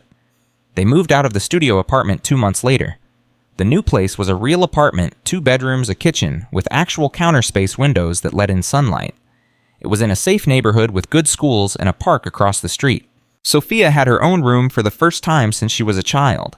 Baby Beatrice had a nursery with a crib and a changing table and a mobile that played lullabies. Elena stood in the living room on their first night looking around at all the space, all the possibility. Marta had helped them move. She stood beside Elena now, both of them exhausted but satisfied. "You did it, mija." "We did it. I couldn't have done any of this without you." "You would have found a way. You always find a way." Elena hugged her friend. "Thank you for making me go to that building. Thank you for lending me your car. Thank you for believing something good might happen. That's what friends are for. And besides, my mother was right." "About what?" Marta smiled. "Sometimes you do win the lottery." 6 months later, Elena stood in the Metropolitan Museum of Art surrounded by her great-grandmother's work. The exhibition had opened to massive crowds and rave reviews. Critics called it groundbreaking. Fashion historians called it essential. The public called it long overdue. Beatrice's wedding dresses hung in climate-controlled cases. Her embroidered gowns rotated slowly on motorized displays. Her journals were preserved under glass pages open to entries that told the story of a woman who created beauty in obscurity. And everywhere, in every label, in every description, in every piece of educational material, her name, Beatrice Delgado Vasquez. Sophia stood beside Elena, holding baby Beatrice, who was now 9 months old, and fascinated by the sparkly dresses. "She would have loved it," Sophia said. "I think she knows. Somehow, wherever she is, I think she knows." Patricia Wells approached with a smile. "Elena, opening day attendance exceeded our projections by 40%. We've already extended the run by 3 months." "That's wonderful. And I have some news. The Beatrice Vasquez Fellowship has received its first applications. Over 200 designers from around the world want to be the inaugural recipient." 200. Your great-grandmother's story has resonated with people. Everyone knows someone like her. Someone who worked hard, created something beautiful, and never got the recognition they deserved. Her story is their story. Elena looked around at the exhibition, at the crowds of people studying Beatrice's work, at the children pressing their faces to the glass to see the intricate embroidery. "She just wanted to be remembered," Elena said. "She just wanted someone to know she was real." Patricia squeezed her hand. "Mission accomplished." That evening, after the museum had closed, Elena returned alone to the exhibition hall. The space was empty and quiet. Beatrice's dresses seemed to glow in the dim security lighting. Elena walked slowly through the gallery, stopping at each piece, reading each label. Wedding gown 1962, handmade by Beatriz Delgado Vasquez. Silk hand embroidery, traditional punto de cruz mazahua technique. Evening gown 1974, handmade by Beatriz Delgado Vasquez. Original design later purchased by House of Dior. Quinceañera dress 1979, handmade by Beatriz Delgado Vasquez. Commissioned by the Martinez family of Millbrook, Ohio. Elena stopped in front of the centerpiece of the exhibition. The most elaborate wedding gown Beatrice had ever created, a masterwork of silk and lace and thousands of hours of embroidery. Beside it, displayed in a simple frame, was Beatrice's letter. To whoever finds this, please don't let them forget. Please don't let my work disappear. I spent my life invisible. I don't want to stay invisible forever. Elena touched the glass gently. I found you, Abuelita. The world sees you now. Everyone knows your name. She stood there for a long time, alone with her great-grandmother's legacy, feeling a connection that spanned decades and generations. When she finally left, walking out into the cool New York evening, she carried with her the certainty that some things are worth more than money, that recognition can come even when hope has faded, and that it is never too late to be seen. The phone call came at 6:47 in the morning, 3 weeks after the exhibition opened.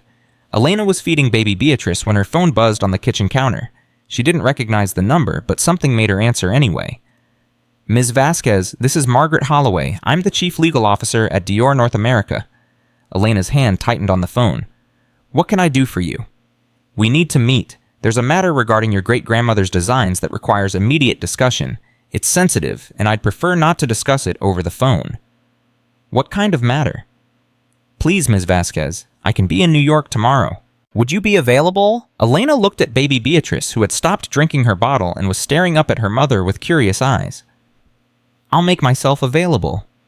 Excellent. I'll send details to your email. And Ms. Vasquez, please don't discuss this call with anyone. Not the museum, not the press. No one. The line went dead. Elena sat in her kitchen, her mind racing. Dior wanted to meet. Dior's chief legal officer wanted to meet in person about something too sensitive to discuss on the phone. This couldn't be good. She called Sophia, who was staying in the dorms at FIT for her first semester. Mom, is everything okay? You never called this early. I just got a call from Dior. Dior, what did they want? They want to meet tomorrow. The woman wouldn't tell me what it's about.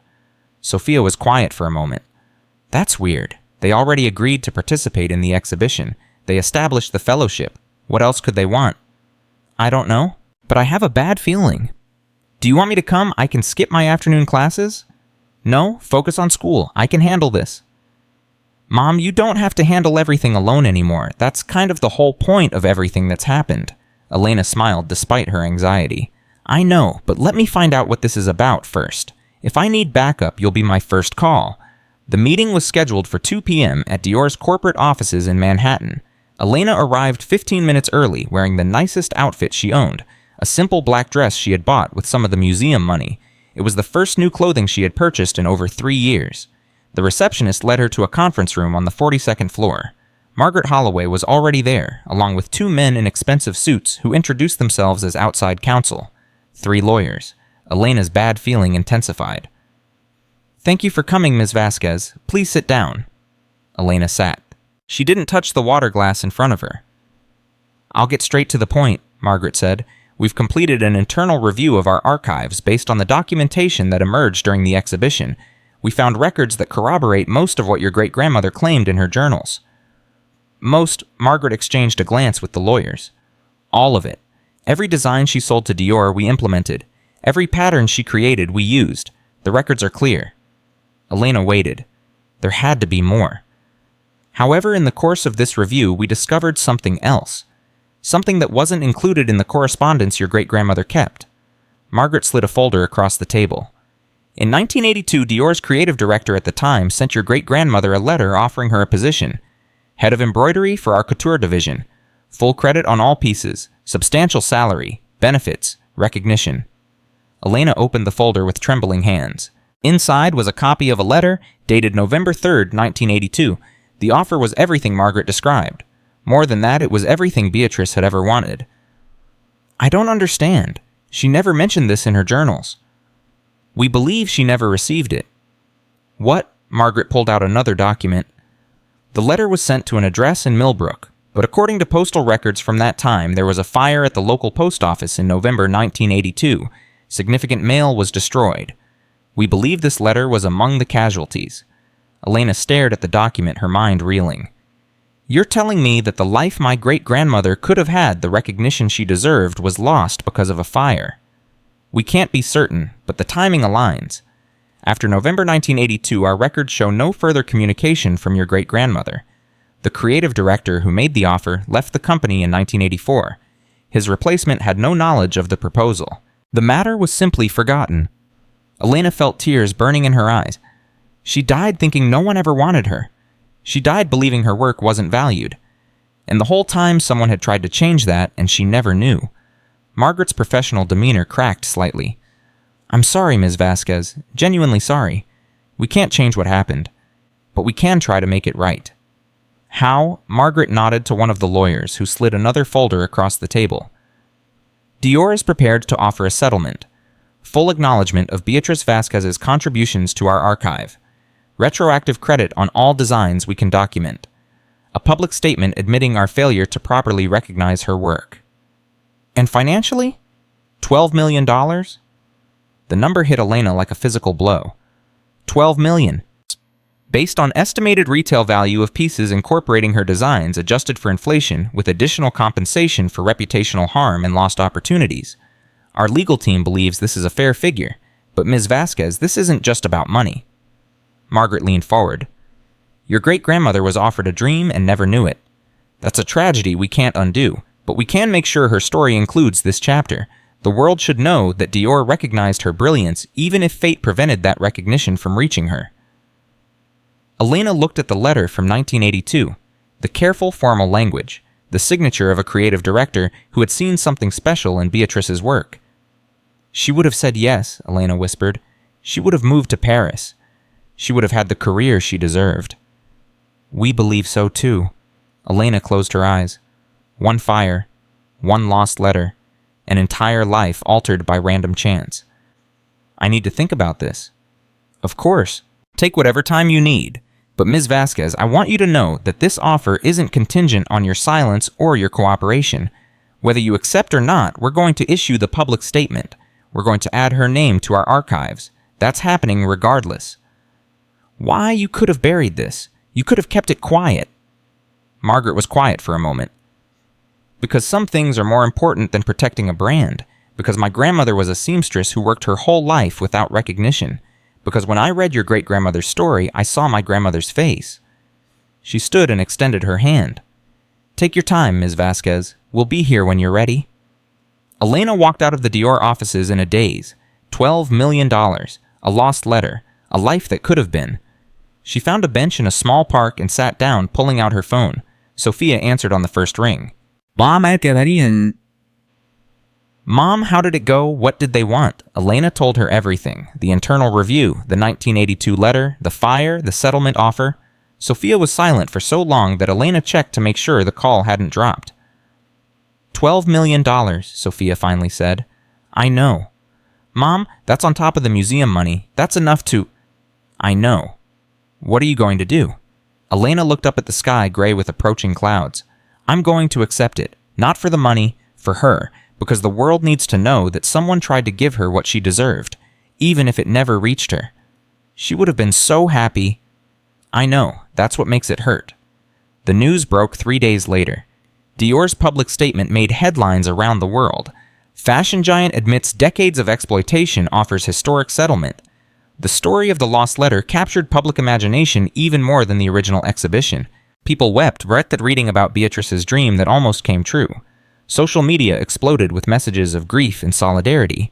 The settlement money arrived 2 weeks later. Combined with the museum payments and ongoing revenue, Elena's total assets exceeded $15 million. She didn't know how to process numbers like that.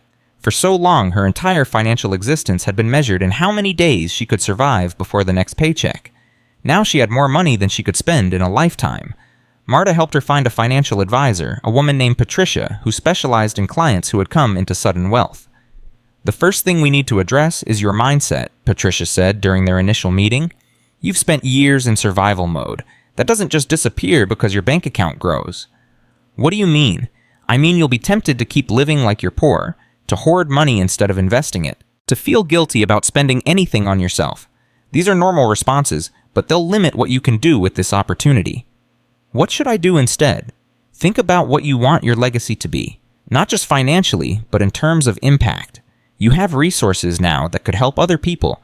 How do you want to use them? Elena thought about Beatrice, about the fellowship in her name, about all the artists working in obscurity creating beauty no one would ever see. I want to find them, she said. Find who? The hidden ones. The artists like my great-grandmother. The ones doing exceptional work that the world ignores. I want to find them and make sure they're seen. Patricia smiled. Now we're getting somewhere. Over the following months, Elena established the Vasquez Foundation for Unrecognized Artists. The foundation's mission was simple: identify creators whose work had gone unacknowledged and provide them with resources, exposure, and validation. Applications flooded in. Thousands of artists from around the world shared their stories of creating in obscurity, of watching their work appropriated or ignored, of holding on to hope despite years of disappointment. Elena read every application personally. She saw Beatrice in every one of them. The foundation's first grant went to a 73-year-old quilter from Mississippi named Dolores Washington. Dolores had spent 50 years creating quilts that told stories of African American history. Museums had displayed her work but rarely paid her fairly or credited her properly. Elena flew to Mississippi to meet her. Dolores lived in a small house on a quiet street, her walls covered with quilts that took Elena's breath away. Each one was a masterpiece of color and narrative depicting scenes from slavery to civil rights to contemporary black life. I never expected anyone to notice, Dolores said, her hands wrapped around a cup of tea. I made these for myself, for my family, for the stories that needed telling. But people did notice. Museums bought your work. Dolores laughed, a sound both warm and bitter. They bought my work for a few $100s, then sold tickets for $20 a head to see it. They put my quilts in their collections, but never put my name on the wall. I was just material to them, something to display. That changes now. Does it? Elena pulled out the foundation's offer. Full documentation of Dolores's body of work. A book deal with a major publisher. A traveling exhibition with her name in the title. Financial compensation for decades of undervaluation. Dolores read the offer slowly, her lips moving slightly as she absorbed each point. Why? She finally asked. Why would you do this for me? Because my great-grandmother died thinking no one cared about her work. Because I found her story too late to tell her it mattered. Because you're still here and I can tell you right now, while you can still hear it, your work matters. You matter. Dolores set down the offer and took Elena's hands in her own. You're a good woman. I'm trying to be. The Dolores Washington exhibition opened at the National Museum of African American History and Culture 6 months later. Elena attended the opening, standing in the back of the crowd as Dolores gave her speech. I spent 50 years wondering if anyone would ever see what I created, Dolores said, her voice strong, despite her age. I almost gave up more times than I can count, but I kept going because the stories needed to be told even if no one was listening. Today I know someone was listening. Today I know my work mattered. The crowd applauded. Elena wiped tears from her eyes. This was what the money was for. This was what Beatrice's legacy meant. Sophia graduated from FIT with honors the following spring. Her senior collection was titled Invisible Threads, a tribute to Beatrice that incorporated traditional Mexican embroidery techniques with contemporary fashion design. The collection received a standing ovation at the student showcase. 3 major design houses offered Sophia positions before she left the building. She turned them all down. I want to work with the foundation, she told Elena that night, baby Beatrice sleeping in her arms. I want to help find the hidden artists. I want to tell their stories the way you told Abuelita's story. Are you sure those job offers were incredible opportunities? The foundation is a better one. Mom, I've been given something most people never get. A direct connection to a master craftsperson. Techniques that were almost lost. A legacy I can carry forward. I don't want to use that to make money for some fashion house. I want to use it to lift up other people. Elena hugged her daughter, careful not to wake the baby. Your great-great-grandmother would be so proud. I hope so. I feel her with me sometimes, you know. When I'm working on a difficult stitch or stuck on a design, it's like she's guiding my hands. Maybe she is. The foundation grew rapidly. Within 2 years, they had funded grants for over 200 artists, mounted exhibitions in 12 museums, and published 4 books documenting previously unknown creators. Elena became a sought-after speaker, traveling to conferences and universities to talk about her great-grandmother's story and the broader issue of artistic exploitation. At a symposium in Chicago, she met a man named Daniel Torres. He was a curator at the Art Institute specializing in Latin American folk art. He approached her after her speech. "Ms. Vasquez, your work is extraordinary." "Thank you, and please call me Elena." "Elena?" He smiled, and something in that smile made her heart beat a little faster. "I've been following the foundation since it started. What you're doing is exactly what the art world needs. I'm just trying to honor my great-grandmother's memory." "You're doing much more than that. You're changing the conversation about who gets recognized and why. You're making people question assumptions they've held for decades." They talked for hours that evening. Daniel told her about his own grandmother, a potter in Mexico, whose work had been sold to tourists for pennies, while collectors resold it for thousands. "The exploitation never stops," he said. "It just finds new forms. So how do we fight it? One artist at a time, one story at a time, the way you're doing it." Elena found herself drawn to Daniel in ways she hadn't expected. After Marcus, she had closed off that part of herself, focusing entirely on survival and then on building Beatrice's legacy. But Daniel was different, patient, kind, genuinely interested in her work rather than her money. They began talking regularly. Phone calls that lasted hours. Emails that became more personal with each exchange. Eventually, Elena invited him to New York to see the Beatrice Vasquez exhibition at the Met. They walked through the gallery together, Daniel stopping at each piece to examine the craftsmanship. "The technique is remarkable," he said, studying the 1962 wedding dress. "This level of embroidery work requires years of training. Your great-grandmother was truly a master." She never got to hear anyone say that while she was alive. But she knows now. Wherever she is, she knows.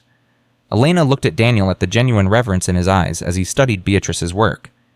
"Would you like to meet my daughter?" Daniel smiled. "I thought you'd never ask." The introduction happened over dinner at Elena's apartment. Sophia was skeptical at first, protective of her mother after everything that had happened with Marcus. "So you're a curator?" Sophia said, her tone somewhere between curious and challenging. "I am." "And you just happened to meet my mother at a conference." "I did. I'd been following the foundation's work for months. When I saw she was speaking in Chicago, I made a point to attend." "Why?" Daniel met Sophia's eyes directly. "Because what your mother is doing matters. Because I've spent my career watching artists get exploited, and she's actually doing something about it. And because when I heard her speak, I knew I wanted to be part of whatever she was building." Sophia studied him for a long moment. "And the fact that she's wealthy now has nothing to do with it." "Sophia?" Elena said. "No, it's a fair question." Daniel set down his fork. "Your mother could have nothing, and I would still be sitting here. The work she's doing, the legacy she's honoring, that's what drew me. The money is irrelevant." "Easy to say." "I'll prove it. Ask me anything. Test me however you need to. I'm not going anywhere." The standoff lasted several seconds. Then Sophia's expression softened slightly. "Fine, but I'm watching you." "I'd expect nothing less." After dinner, while Daniel helped clean up the kitchen, Sophia pulled Elena aside. "I like him." "You spent the whole meal interrogating him." "That's how I show affection. But seriously, Mom, he seems genuine. Just be careful, okay?" "I will." "And if he hurts you, I know people at Fit who can make him very unfashionable." Elena laughed and hugged her daughter. The relationship developed slowly. Daniel was patient, understanding that Elena had walls she was still learning to lower. They dated for a year before he moved to New York to be closer to her. Another year before he moved into her apartment. Baby Beatrice, now 3 years old, adored him. She called him Danny and demanded he read her bedtime stories every night. "She has her great-great-grandmother's stubbornness," Daniel said one evening, emerging from Beatrice's room after the 4th story. "That's a polite way of putting it." "It's a good trait. Stubbornness got your great-grandmother through 60 years of creating without recognition. It got you through those years of working 3 jobs. It's going to serve little Beatrice well." Elena leaned into him on the couch. "I never thought I'd have this." "Have what?" "A family, a real one. After Marcus left, after everything fell apart, I thought that part of my life was over.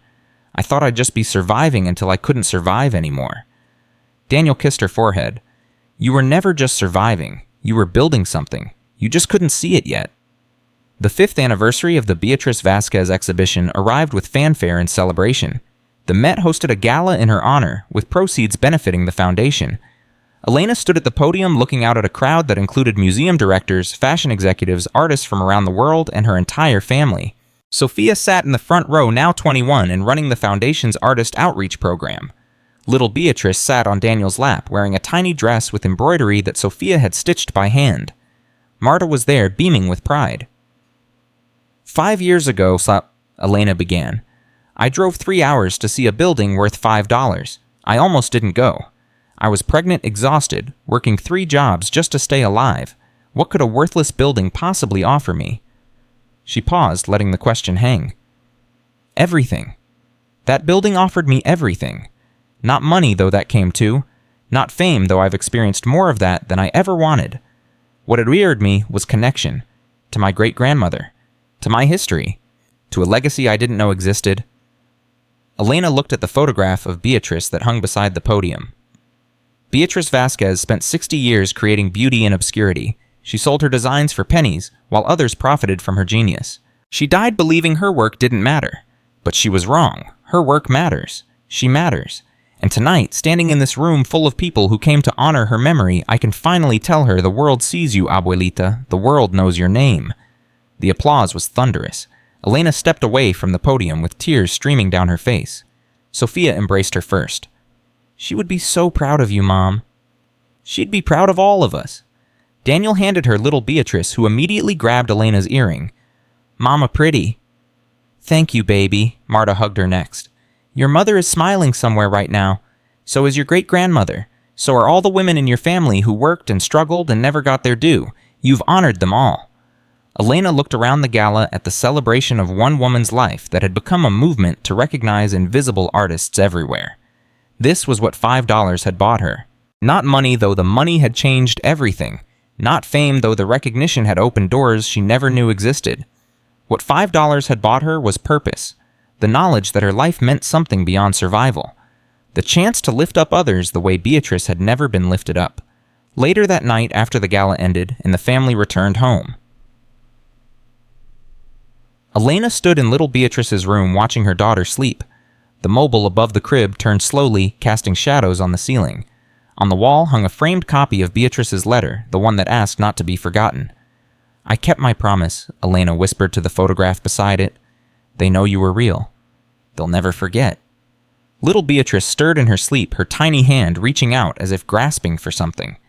Elena tucked the blanket around her daughter and smiled. The legacy would continue. Through Sophia's work at the foundation, through little Beatrice growing up knowing exactly where she came from, through every artist they discovered and elevated and celebrated. Beatrice Vasquez had asked not to be invisible anymore. She never would be again. The letter arrived on a Tuesday morning 6 years after Elena first discovered Beatrice's hidden room. It came in an envelope bearing a return address from a law firm in Mexico City, and Elena almost set it aside with the rest of the mail until she noticed the name handwritten in the corner. Familia Delgado. Her hands trembled as she opened it. Dear Ms. Elena Vasquez, the letter began.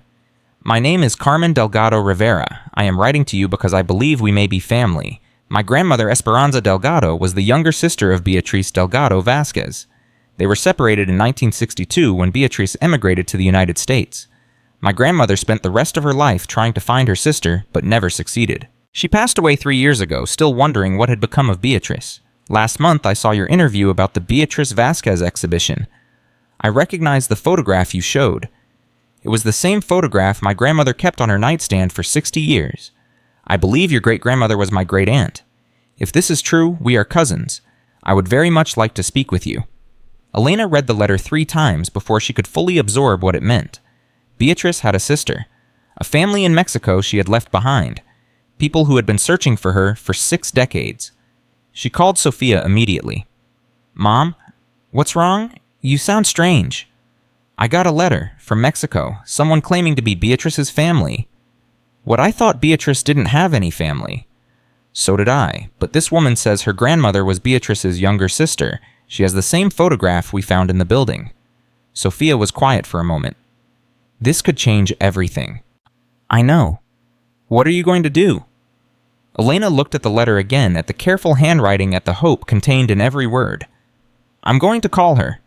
The phone conversation lasted 3 hours. Carmen Delgado Rivera was 58 years old, a retired schoolteacher living in Oaxaca. Her voice carried the warmth of someone who had spent a lifetime caring for others. "My grandmother talked about Beatrice every day," Carmen said. She called her Beachy, a childhood nickname. They were very close growing up. Beatrice was the older sister, always protecting Esperanza, always teaching her things. "What happened? Why did they lose contact?" Carmen sighed. "It was 1962. Beatrice was 24, already a skilled embroiderer. She had been trained by their mother, who was trained by her mother before that. The tradition went back generations. But there was no future for that work in Mexico. The factories were taking over. Handcraft was dying. So she left. She had an opportunity, a contact in Ohio who promised her work. She thought she would go for a few years, make money, send for Esperanza when she was established. But things didn't work out as planned." "What do you mean?" "The contact was not what he seemed. He took advantage of her, stole her savings, left her stranded in a country where she knew no one and barely spoke the language. By the time she got on her feet, years had passed. She was ashamed to contact her family, ashamed of her failure." Elena felt tears sliding down her cheeks. "She wasn't a failure. I know that now. We all know that now. But Beatrice didn't know. She spent 60 years believing she had let everyone down. Your grandmother never stopped looking for her. Never. She wrote letters to every address she could find. She hired investigators when she had money. She prayed every night that somehow, somewhere, Beatrice was alive and well. When she died, her last words were about her sister. She said she hoped they would be reunited in heaven." Elena's voice broke. "They will be. I'm sure of it." Carmen's own voice was thick with emotion. "Elena, I have something I need to tell you. Something that might change how you see your great-grandmother's story." "What is it?" "My grandmother kept everything Beatrice ever sent her. Every letter from before they lost contact. Every photograph. Every sketch. And there's something in those papers that the world doesn't know about." "What kind of something?" "Beatrice's original designs. The ones she created before she left Mexico. Before the fashion houses. Before any of it. Hundreds of sketches, Elena. Her earliest work from when she was just a teenager learning from their mother. It's the foundation of everything she became." Elena gripped the phone so tightly her fingers ached. "Those designs still exist. They're in a box in my closet. My grandmother kept them safe for 60 years, hoping someday she could return them to her sister. Now I'm hoping I can return them to you." The meeting was arranged for the following month. Elena flew to Oaxaca with Sofia, little Beatrice, and Daniel. The flight felt endless, every minute stretching with anticipation. Carmen met them at the airport. She was a small woman with silver hair and eyes that crinkled when she smiled, eyes that looked remarkably like Elena's own. "Prima," Carmen said, embracing Elena. "Cousin, I never thought I would meet you." "Neither did I." The ride to Carmen's home took them through the heart of Oaxaca, past colonial buildings and open-air markets. Elena tried to imagine Beatrice here as a young woman learning her craft, dreaming of the future. Carmen's house was modest, but filled with warmth. Photographs covered every wall, generations of family Elena had never known existed. "This is my daughter, Lucia," Carmen said, introducing a woman about Sofia's age. "And this is my son, Miguel, and my grandchildren, the little ones running around somewhere." The house was full of people. Elena realized with a start that she was looking at her family, cousins she had never met, relatives who had been searching for her bloodline for decades. "I want to show you something," Carmen said, leading Elena to a back room. On a table sat an old wooden box, its surface worn smooth by years of handling. Carmen opened it carefully. Inside were hundreds of pages, sketches, designs, notes written in Beatrice's youthful hand. Elena recognized the style immediately, the same flowing lines and intricate patterns she had seen in the Millbrook warehouse. But these were different. These were the beginning, the source. "She started drawing when she was 8 years old," Carmen said. "Our grandmother taught her. She said Beatrice had a gift unlike anything she had ever seen." Elena lifted one of the sketches carefully. It showed a wedding dress design simpler than Beatrice's later work, but already showing her signature style. "This is from when she was 16, Carmen said, pointing to a date in the corner. "She was already better than embroiderers twice her age." Sofia leaned in to look. "Mom, these techniques, some of them aren't in any of the later work. It's like she was experimenting, trying things that nobody had tried before." "She was always innovating," Carmen said. "Always pushing boundaries. Our grandmother said she was too talented for Mexico, that she needed to go somewhere her gifts would be appreciated." "But they weren't appreciated," Elena said quietly. "Not in America, either." "No, but maybe now they can be." Carmen pulled out another item from the box, a photograph faded with age showing two young women standing together. One was clearly Beatrice, perhaps 20 years old. The other was smaller, younger with the same dark hair and determined eyes. "Esperanza," Carmen said. "My grandmother. This was taken the day before Beatrice left for America. It was the last time they ever saw each other." Elena looked at the photograph at the two sisters who would spend the rest of their lives separated, searching, hoping. "We have to tell this part of the story," she said. "The world needs to know how about Esperanza, about the family Beatrice left behind, about the 60 years of searching." "That's why I reached out to you," Carmen said. "My grandmother's story deserves to be told alongside her sisters. They were two halves of the same heart." The discovery of Beatrice's Mexican archive made international news. Dr. Chen flew to Oaxaca to authenticate the early sketches.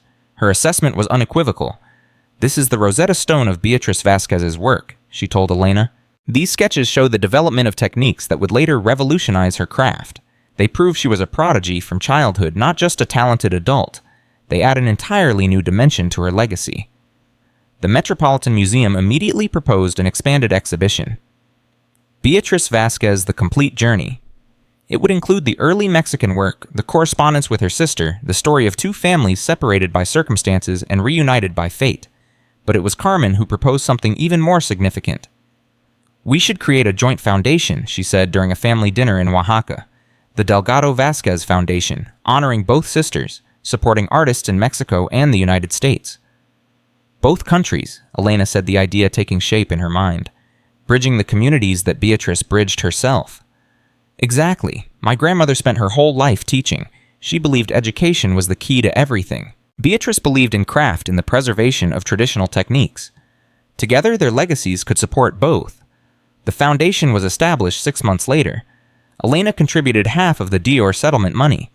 Carmen contributed the Mexican archive. Together, they created an organization that would provide scholarships, grants, and resources to emerging artists on both sides of the border. The inaugural fellowship was named after Esperanza Delgado, the sister who never stopped searching. Sofia was appointed to head the American branch of the foundation. Lucia, Carmen's daughter, would lead the Mexican operations. Two cousins who had never known each other existed now working together to honor their shared heritage. "This is what Beatrice would have wanted," Sofia said during the foundation's launch ceremony. "Family reunited, traditions preserved, artists supported. Her separation from her sister was one of the great tragedies of her life. Now that separation has become a bridge connecting two cultures, two countries, two families." Elena watched her daughter speak and felt pride swelling in her chest. Sofia had grown so much in the years since they had discovered Beatrice's collection. She was no longer the angry, disappointed teenager who had given up on dreams. She was a young woman with purpose, carrying forward a legacy that would outlast them all. Little Beatrice, now 7 years old, sat on Daniel's lap in the front row. She wore a dress with embroidery that Sofia had stitched by hand using techniques passed down from their great-great-grandmother. The thread of tradition continuing generation to generation. After the ceremony, Carmen took Elena aside. "There's something else I need to show you, something I didn't include in the archive because I wasn't sure it was my place to share." "What is it?" Carmen reached into her bag and pulled out a small envelope yellowed with age. "This was among my grandmother's things when she died. She never opened it. She was saving it for when she found Beatrice. A letter she wrote in 1962 just after her sister left. She said she always meant to send it, but never got the address." Elena took the envelope with trembling hands. "Have you read it?" "No, I thought you should be the first." Elena opened the envelope carefully. The letter inside was written in Spanish, but she could understand enough to grasp its meaning. "My dearest Beachy," she translated slowly, her voice breaking. "You have been gone only 3 days, and already the house feels empty without you. Mama cries when she thinks we are not watching. Papa pretends everything is normal, but I see how he looks at your empty chair at dinner. I know you had to go. I know you needed more than this small life could offer. But please, sister, do not forget us. Do not forget where you came from. Do not forget that no matter how far you travel, you are always part of this family. I will wait for you. I will wait forever if I have to. And when you come home, whenever that is, I will be here with my arms open, your loving sister Esperanza." Elena couldn't continue. Tears streamed down her face as the weight of 60 years of separation pressed against her heart. Carmen put her arms around her. "She waited," Carmen whispered. "She waited her whole life, and now finally they are together again, through us, through the work we are doing." Elena nodded, unable to speak. That night she sat alone in her hotel room, holding both letters. Beatrice's plea to be remembered. Esperanza's promise to wait forever. Two sisters separated by circumstance, reunited by love that transcended time. The Foundation's impact grew exponentially over the following years. Within a decade, they had supported over 1,000 artists, funded exhibitions in 30 museums, and published dozens of books documenting previously unknown creators. Elena became one of the most respected voices in the art world, not for her wealth, but for her vision. She spoke at conferences, advised governments on cultural policy, and mentored young philanthropists who wanted to follow in her footsteps. But her proudest accomplishment was watching her family flourish. Sofia married Lucia's brother Miguel in a ceremony that bridged both cultures. The wedding dress was designed by Sofia herself, incorporating techniques from Beatrice's earliest sketches. It was featured in Vogue as a symbol of artistic legacy and family reconciliation. Little Beatrice, now a teenager, showed signs of her namesake's talent. She spent summers in Oaxaca learning traditional embroidery from Carmen's mother-in-law and winters studying contemporary design in New York. She talked about starting her own fashion line someday, one that would honor her heritage while pushing into new territory. Daniel proposed on the 10th anniversary of their meeting. Elena said yes without hesitation. "Are you sure?" he asked, half joking. "I'm just a museum curator. You're a philanthropist and cultural icon." "You're the man who helped me see that I deserved to be happy. That's worth more than any title." The wedding was held in Millbrook, Ohio, in the shadow of the old warehouse where everything had begun. The building had been renovated, now transformed into a museum and community center dedicated to Beatrice's memory. The sealed room had been preserved exactly as Elena had found it, a testament to one woman's determination to protect her life's work. Elena walked down the aisle past photographs of Beatrice and Esperanza, past display cases holding the dresses that had changed her life, past her entire family, American and Mexican alike, gathered together for the first time. Marta sat in the front row, crying openly. She had become a grandmother herself, now her own family flourishing alongside Elena's. "You did it, mija," Marta whispered as Elena passed. "You really did it." The ceremony was simple. Elena had never wanted extravagance. What mattered was the people, the connection, the love that had grown from such unexpected soil. After the vows, after the rings, after the kiss that sealed their union, Elena stood with Daniel and looked around at everything her life had become. Sofia and Miguel, hands intertwined, already talking about the children they hoped to have. Little Beatrice photographing everything with the camera Elena had given her for her birthday. Carmen and her family who had traveled from Mexico to celebrate. The foundation board members, the museum staff, the artists they had supported over the years.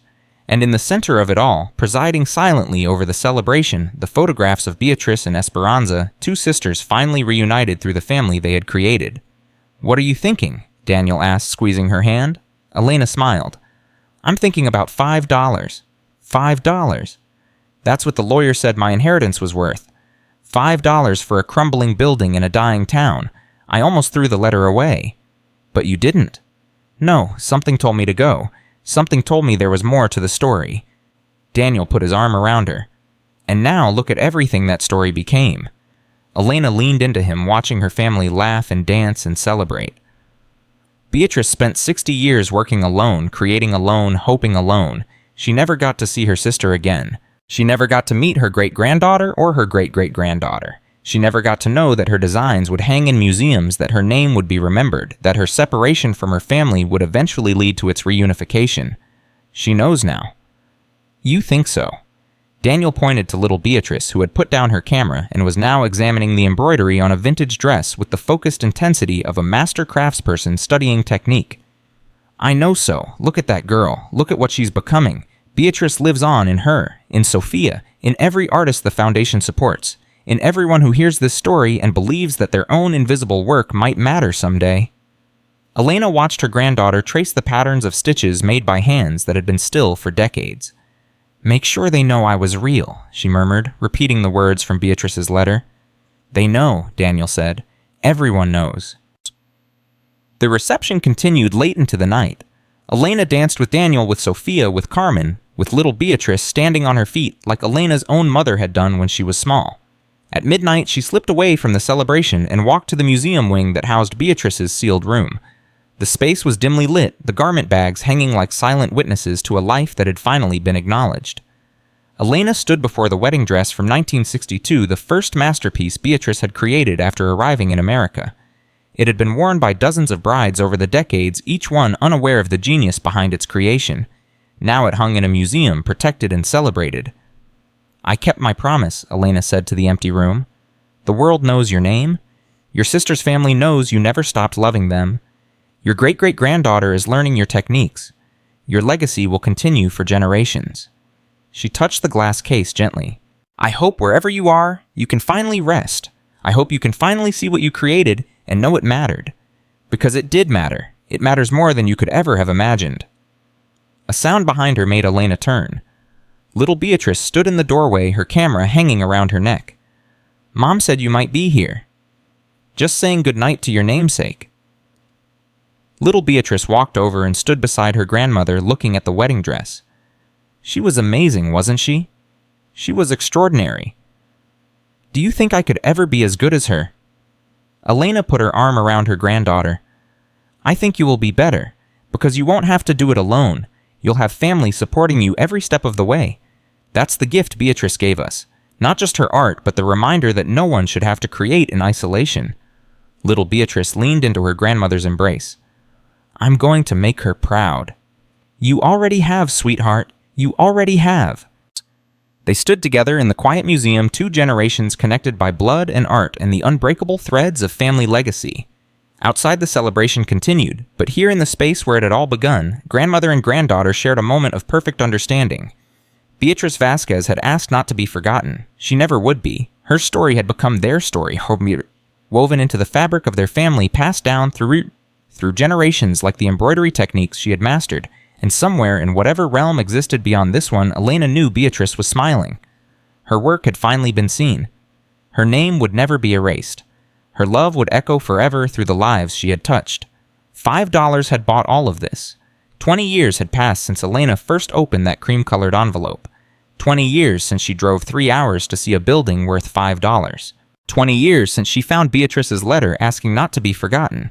Now she stood in the lobby of the Smithsonian Institution, surrounded by her family, watching as the museum unveiled its newest permanent exhibition, Threads of Legacy, the Vasquez Delgado Story.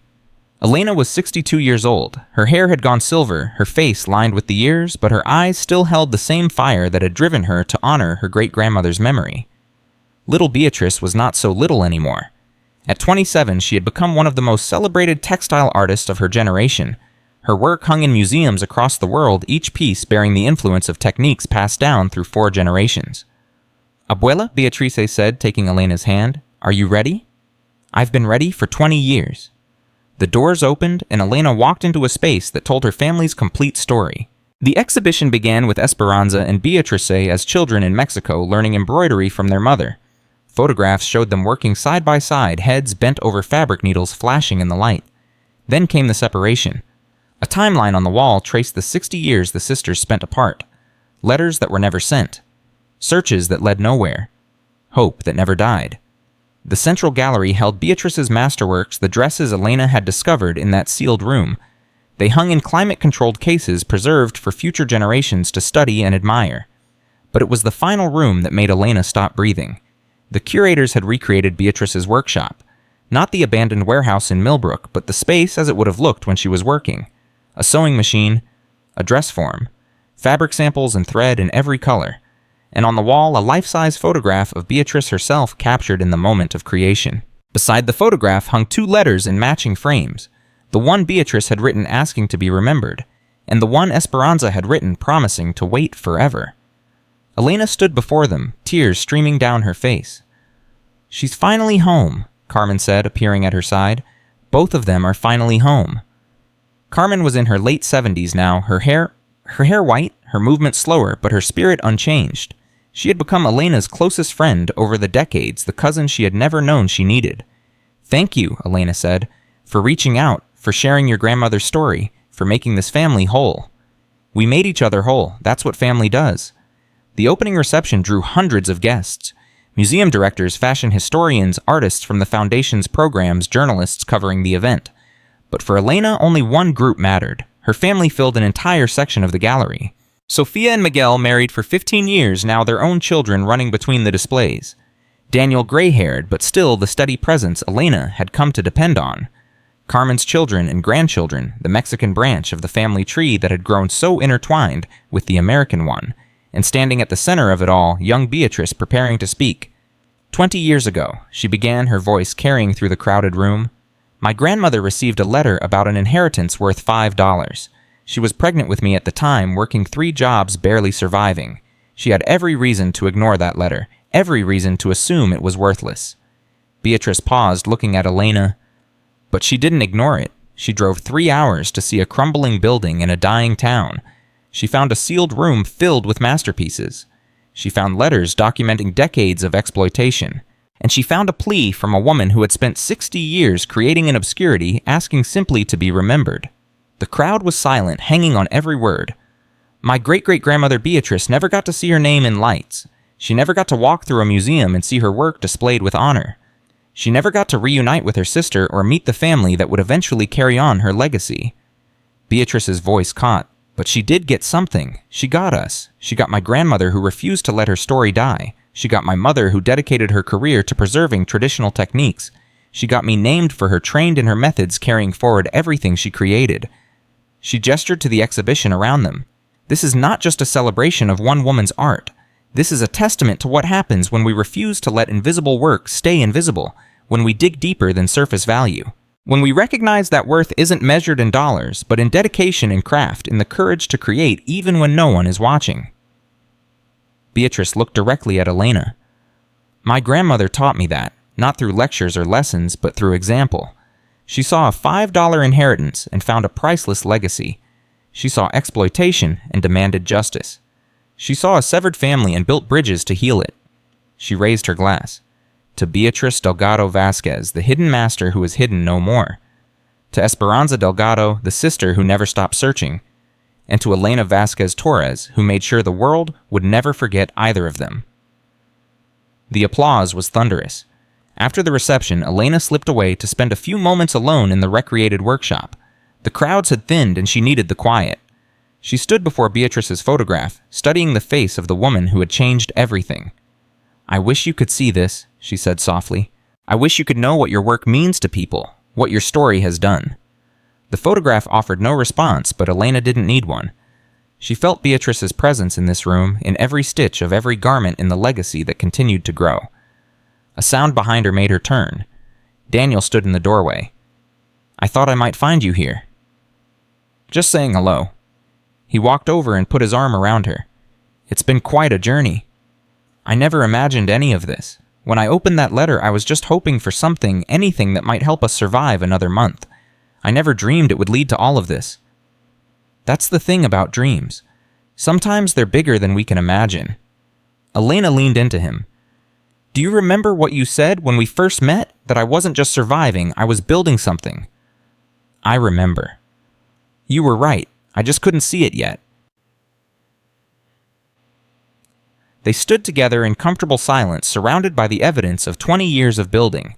The foundation had supported over 5,000 artists now. Museums around the world had incorporated Beatrice's story into their educational programs. Traditional embroidery techniques that had been dying out were being taught to new generations. The fellowship programs had produced dozens of successful artists who were now supporting others in turn. It had all started with $5 and a letter. The next morning, Elena woke early in her hotel room. The family had gathered in Washington for the exhibition opening, filling an entire floor of the hotel. She could hear children running in the hallway, the sounds of a family that had grown beyond anything she had once imagined. A knock at the door interrupted her thoughts. Sophia stood in the hallway holding an envelope. This was delivered to the front desk for you. They said it came from the Smithsonian. Elena took the envelope, her curiosity piqued. She opened it and found a single sheet of paper with the museum's letterhead. Dear Mrs. Torres, she read aloud. During the final preparations for the exhibition, our archivist discovered something in the materials you provided. A small compartment in the base of one of Beatrice's dress forms that had gone unnoticed. Inside, we found the enclosed item. We believe you should have it. Elena reached into the envelope and pulled out a small photograph yellowed with age.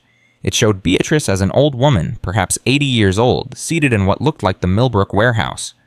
She was looking directly at the camera with an expression Elena had never seen in any of the other photographs. She was smiling. On the back in Beatrice's familiar handwriting were words that made Elena's heart stop. October 15th, 1999. Today I sealed the room. Everything is safe now. Someone will find it someday. Someone will tell my story. I don't know who or when, but I believe it will happen. I have to believe. Without hope, what is the point of any of this? So I will hope. I will hope until my last breath. And maybe, just maybe, the right person will come along. Someone who understands. Someone who cares. Someone who will make sure I am not forgotten. To whoever you are, thank you. Thank you for seeing me. Beatrice. Elena sat down heavily on the bed, the photograph shaking in her hands. Sophia crouched beside her. Mom, what is it? Elena handed her the photograph. Sophia read the words on the back and pressed her hand to her mouth. She knew, Sophia whispered. She knew someone would find it. She hoped. Even at the end, even after everything, she held on to hope. And you were the one. You were the someone she was waiting for. Elena looked at the photograph of her great-grandmother smiling, truly smiling, for perhaps the first time in any image they had found. She waited her whole life for someone to care, and I almost threw that letter away. But you didn't. No, something told me not to. Sophia hugged her mother tightly. Maybe it was her. Maybe somehow she reached out and made sure you would listen. Elena wanted to dismiss the idea as fanciful, but she couldn't. Too many coincidences had led her to that building. Too many moments when she had almost turned back, but didn't. Too many instances where the right person had appeared at exactly the right time. Maybe, she said. Maybe it was. The family gathered for breakfast in the hotel restaurant. Elena shared the newly discovered photograph with everyone, passing it around the long table that held 4 generations of Vasquez and Delgado family members. Carmen held the photograph longest, studying Beatrice's face. She looks at peace, Carmen said. My grandmother always said Beatrice was too intense, too driven. Always worried, always working. But in this picture, she looks like she finally found peace. She had just sealed the room, Elena said. She had protected her legacy. Maybe that was enough. It was more than enough. Look at what it became. Little Beatrice, who was not so little but would always carry that name, reached for the photograph. May I keep this? She asked. I want to hang it in my studio. I want to see her face every day when I work. Elena nodded. She would have liked that. The conversation around the table turned to lighter topics. Children complained about having to dress up for the museum. Teenagers scrolled through their phones. Adults discussed logistics for the afternoon's events. But Elena watched them all, with quiet contentment. This was what Beatrice had really created. Not just dresses and embroidery, not just art that would hang in museums. She had created this. A family bound together by threads that stretched across time and distance and death itself. The Foundation's annual gala took place that evening in the Smithsonian's Rotunda. It was the largest event they had ever hosted, with over 1,000 guests from around the world. Elena was scheduled to give the closing remarks, but first she had to endure hours of handshakes and small talk with donors, politicians, and celebrities who wanted to be associated with the Foundation's success. Mrs. Torres, such an honor to meet you. The work you're doing is so important. My grandmother was an artist too, you know. Your story inspired me to look through her things. That last comment came from a young woman, perhaps 25, with bright eyes and nervous energy. What did you find? Elena asked. Paintings, hundreds of them. She never showed anyone while she was alive, but I found them in her attic after she passed. I'm trying to figure out what to do with them. Elena reached into her purse and pulled out a Foundation card. Call this number. We help people in exactly your situation. The young woman's eyes filled with tears. Thank you so much. She walked away, clutching the card like a lifeline. Daniel appeared at Elena's side. Another one. Every event there's at least a dozen, people whose parents or grandparents created things in secret, art that no one ever saw. And now they have somewhere to turn. That's the point. That's always been the point. At 10 o'clock, Elena took the stage. The rotunda fell silent as she approached the microphone. Behind her, a massive screen displayed a photograph of Beatrice's sealed room, exactly as Elena had found it 20 years ago. 20 years ago, Elena began, I was a pregnant woman working 3 jobs. I cleaned hotel rooms, I scanned groceries, I mopped office floors. I was invisible like millions of other workers who keep the world running without anyone noticing. She paused, letting the words settle. Then I received a letter about an inheritance. $5. That's what the lawyer said it was worth. A crumbling building in a dying town. Nothing but liability and headache. The screen changed to show Beatrice's wedding dress from 1962. But inside that building, I found something else. I found the life's work of a woman named Beatrice Delgado Vasquez. Hundreds of handmade dresses, each one a masterpiece. Journals documenting decades of creation. Letters proving that major fashion houses had built their reputations on her stolen designs. Another slide. Beatrice's letter asking to be remembered. And I found this. A plea from a woman who had spent 60 years creating in obscurity. A woman who had been exploited, erased, forgotten. She asked only one thing, that someone would remember her, that someone would make sure the world knew she was real. Elena's voice caught, but she pressed on. I kept that promise, but I didn't do it alone. My daughter Sophia, who gave up job offers from major fashion houses to work with the foundation. My husband Daniel, who believed in this mission before there was any evidence it would succeed. My cousin Carmen, who reached out and reunited our family after 60 years of separation. And my granddaughter Beatrice, who carries forward the techniques and the name of the woman who started it all. She gestured to the family seated in the front row. This is what legacy looks like, not just art and museums, not just money and bank accounts, people, connections, love that transcends time and distance and death. The screen showed the newly discovered photograph, Beatrice smiling.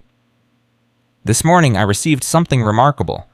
A photograph of my great-grandmother taken in 1999, just before she sealed the room, where I would find her work 15 years later. On the back, she wrote a message, to whoever would eventually discover what she had created. Elena read the words aloud. Someone will find it someday. Someone will tell my story. I don't know who or when, but I believe it will happen. I have to believe. Without hope, what is the point of any of this? She looked up at the crowd. Without hope, what is the point? That's the question Beatrice asked herself at the end of her life. And it's the question I want to leave with you tonight. Every person in this room knows someone whose work has gone unrecognized. A parent, a grandparent, a friend, someone who created or built or cared for others without ever receiving the acknowledgement they deserved. Those people are not gone. Their work is not lost, but it will disappear if no one looks for it. It will be forgotten if no one chooses to remember. So I ask you, whose story are you carrying? Whose legacy is waiting for you to discover? Whose sealed room is out there, hidden and protected, hoping that the right person will come along? Elena straightened her spine. 20 years ago, I almost threw away a letter about a $5 inheritance. If I had, none of this would exist. The foundation, the exhibitions, the family reunited after 60 years, all of it hinged on one moment, one decision, one act of faith. Don't throw away your letters. Don't ignore the small inheritances, the seemingly worthless gifts, the connections that appear meaningless, because you never know what they might lead to. You never know whose dream is waiting for you to fulfill it. She smiled. My great-grandmother asked me to make sure the world knew she was real.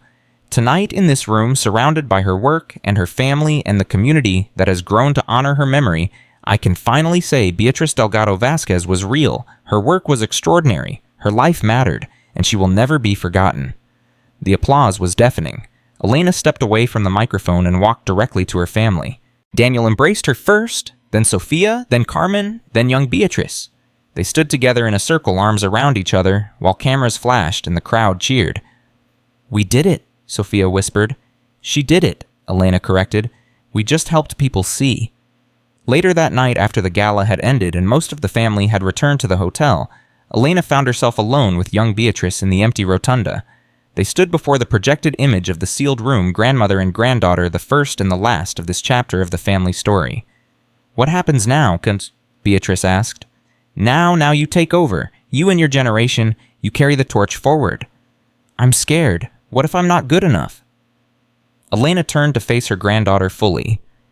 Your great-great-grandmother spent 60 years afraid she wasn't good enough. She created masterpieces and hid them away because she was afraid the world would reject her. Don't make her mistake. Don't let fear stop you from sharing your gifts. But what if people don't understand? Some won't. That's okay. You don't create for everyone. You create for the people who need what you make. And those people are out there waiting for you, just like I was waiting for Beatrice, even though I didn't know it. Beatrice looked at the photograph of her namesake. I feel her sometimes, when I'm working on a difficult piece, It's like she's guiding my hands. Maybe she is. Maybe that's what legacy really means. Not just passing down techniques or money or stories, but actually being present in the people who come after us. Do you think she's proud of what we've done? Elena considered the question seriously. I think she's at peace. I think finally being seen, finally being remembered, finally being connected to a family that loves her, that's given her the rest she never had in life. They stood in comfortable silence for a moment. Abuela, can I tell you something? Anything. I'm pregnant. Elena's heart stopped. What? Beatrice smiled, tears forming in her eye. 3 months. I just found out last week. I wanted to tell you, here in this place surrounded by all of this. Elena pulled her granddaughter into a fierce embrace. A great-great-great-grandchild. Beatrice will have a great-great-great-grandchild. I want to name her Esperanza, after the sister who never stopped searching. Elena wept openly. She would love that. They both would love that. They held each other in the shadow of Beatrice's legacy, 2 generations bound by blood and art and hope, with a 3rd generation already growing. The circle was complete, and yet it was also just beginning. Because that's how legacy works. It doesn't end. It transforms, evolves, passes from hand to hand and heart to heart. Each generation adds something new while preserving what came before. Beatriz Delgado Vasquez had created beauty in obscurity for 60 years. She had been exploited, erased, and forgotten. She had died believing her work didn't matter, but she was wrong. Her work had mattered more than she could ever have imagined. It had reunited a family separated for decades. It had launched a foundation that supported thousands of artists. It had inspired a granddaughter and a great-granddaughter and soon a great-great-granddaughter to carry forward the traditions she had preserved, and it had proven something important, something that Elena would spend the rest of her life teaching to anyone who would listen. Worth is not measured in dollars. Recognition is not limited to the famous. Legacy is not the possession of the powerful. Every person who creates, who builds, who cares for others is leaving something behind. Every invisible act of love and craft and dedication is adding to the great tapestry of human experience. Some of those acts will be discovered, some will remain hidden, but all of them matter. All of them contribute to the ongoing story of who we are and what we can become. Elena Vasquez Torres had learned this lesson from a $5 inheritance and a letter asking not to be forgotten. Now she had passed it on to her children, her grandchildren, and the thousands of artists whose lives had been touched by the Foundation's work. And someday, decades from now, little Esperanza would learn it too. She would hear the story of her ancestors, the hidden master, and the searching sister, the pregnant mother, who almost threw away a letter. She would understand that she came from a long line of creators and dreamers and hopers. And she would add her own chapter to the story. Because that's what we do. That's what makes us human. We create, we remember, we pass on what we've learned. We make sure the people we love are never forgotten. Elena walked out of the Smithsonian that night with her arm around her granddaughter, her heart full of gratitude and wonder. 20 years ago, she had been invisible, working 3 jobs, barely surviving, carrying a child she didn't know how she would support. Now she was walking out of a museum dedicated to her family's legacy, surrounded by 4 generations of people who loved each other, knowing that a 5th generation was already on the way. $5 had bought all of this. No, that wasn't quite right. Hope had bought all of this. Faith, the refusal to believe that worth was measured in market value, the courage to look deeper, to dig further, to see what others had overlooked. Beatrice had hoped for 60 years. Esperanza had searched for 60 years, and finally through Elena their hopes had been fulfilled. The sisters were reunited. The family was whole. The legacy would continue.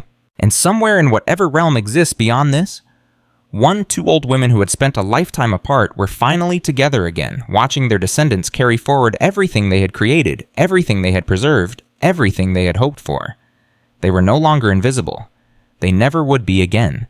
Because Elena Vasquez Torres had made a promise, and she had kept it. She had made sure the world knew Beatrice was real. She had made sure Esperanza's search was not in vain, and she had proven once and for all that some inheritances are worth far more than their appraised value. Some inheritances are priceless. Some inheritances change everything. This one had.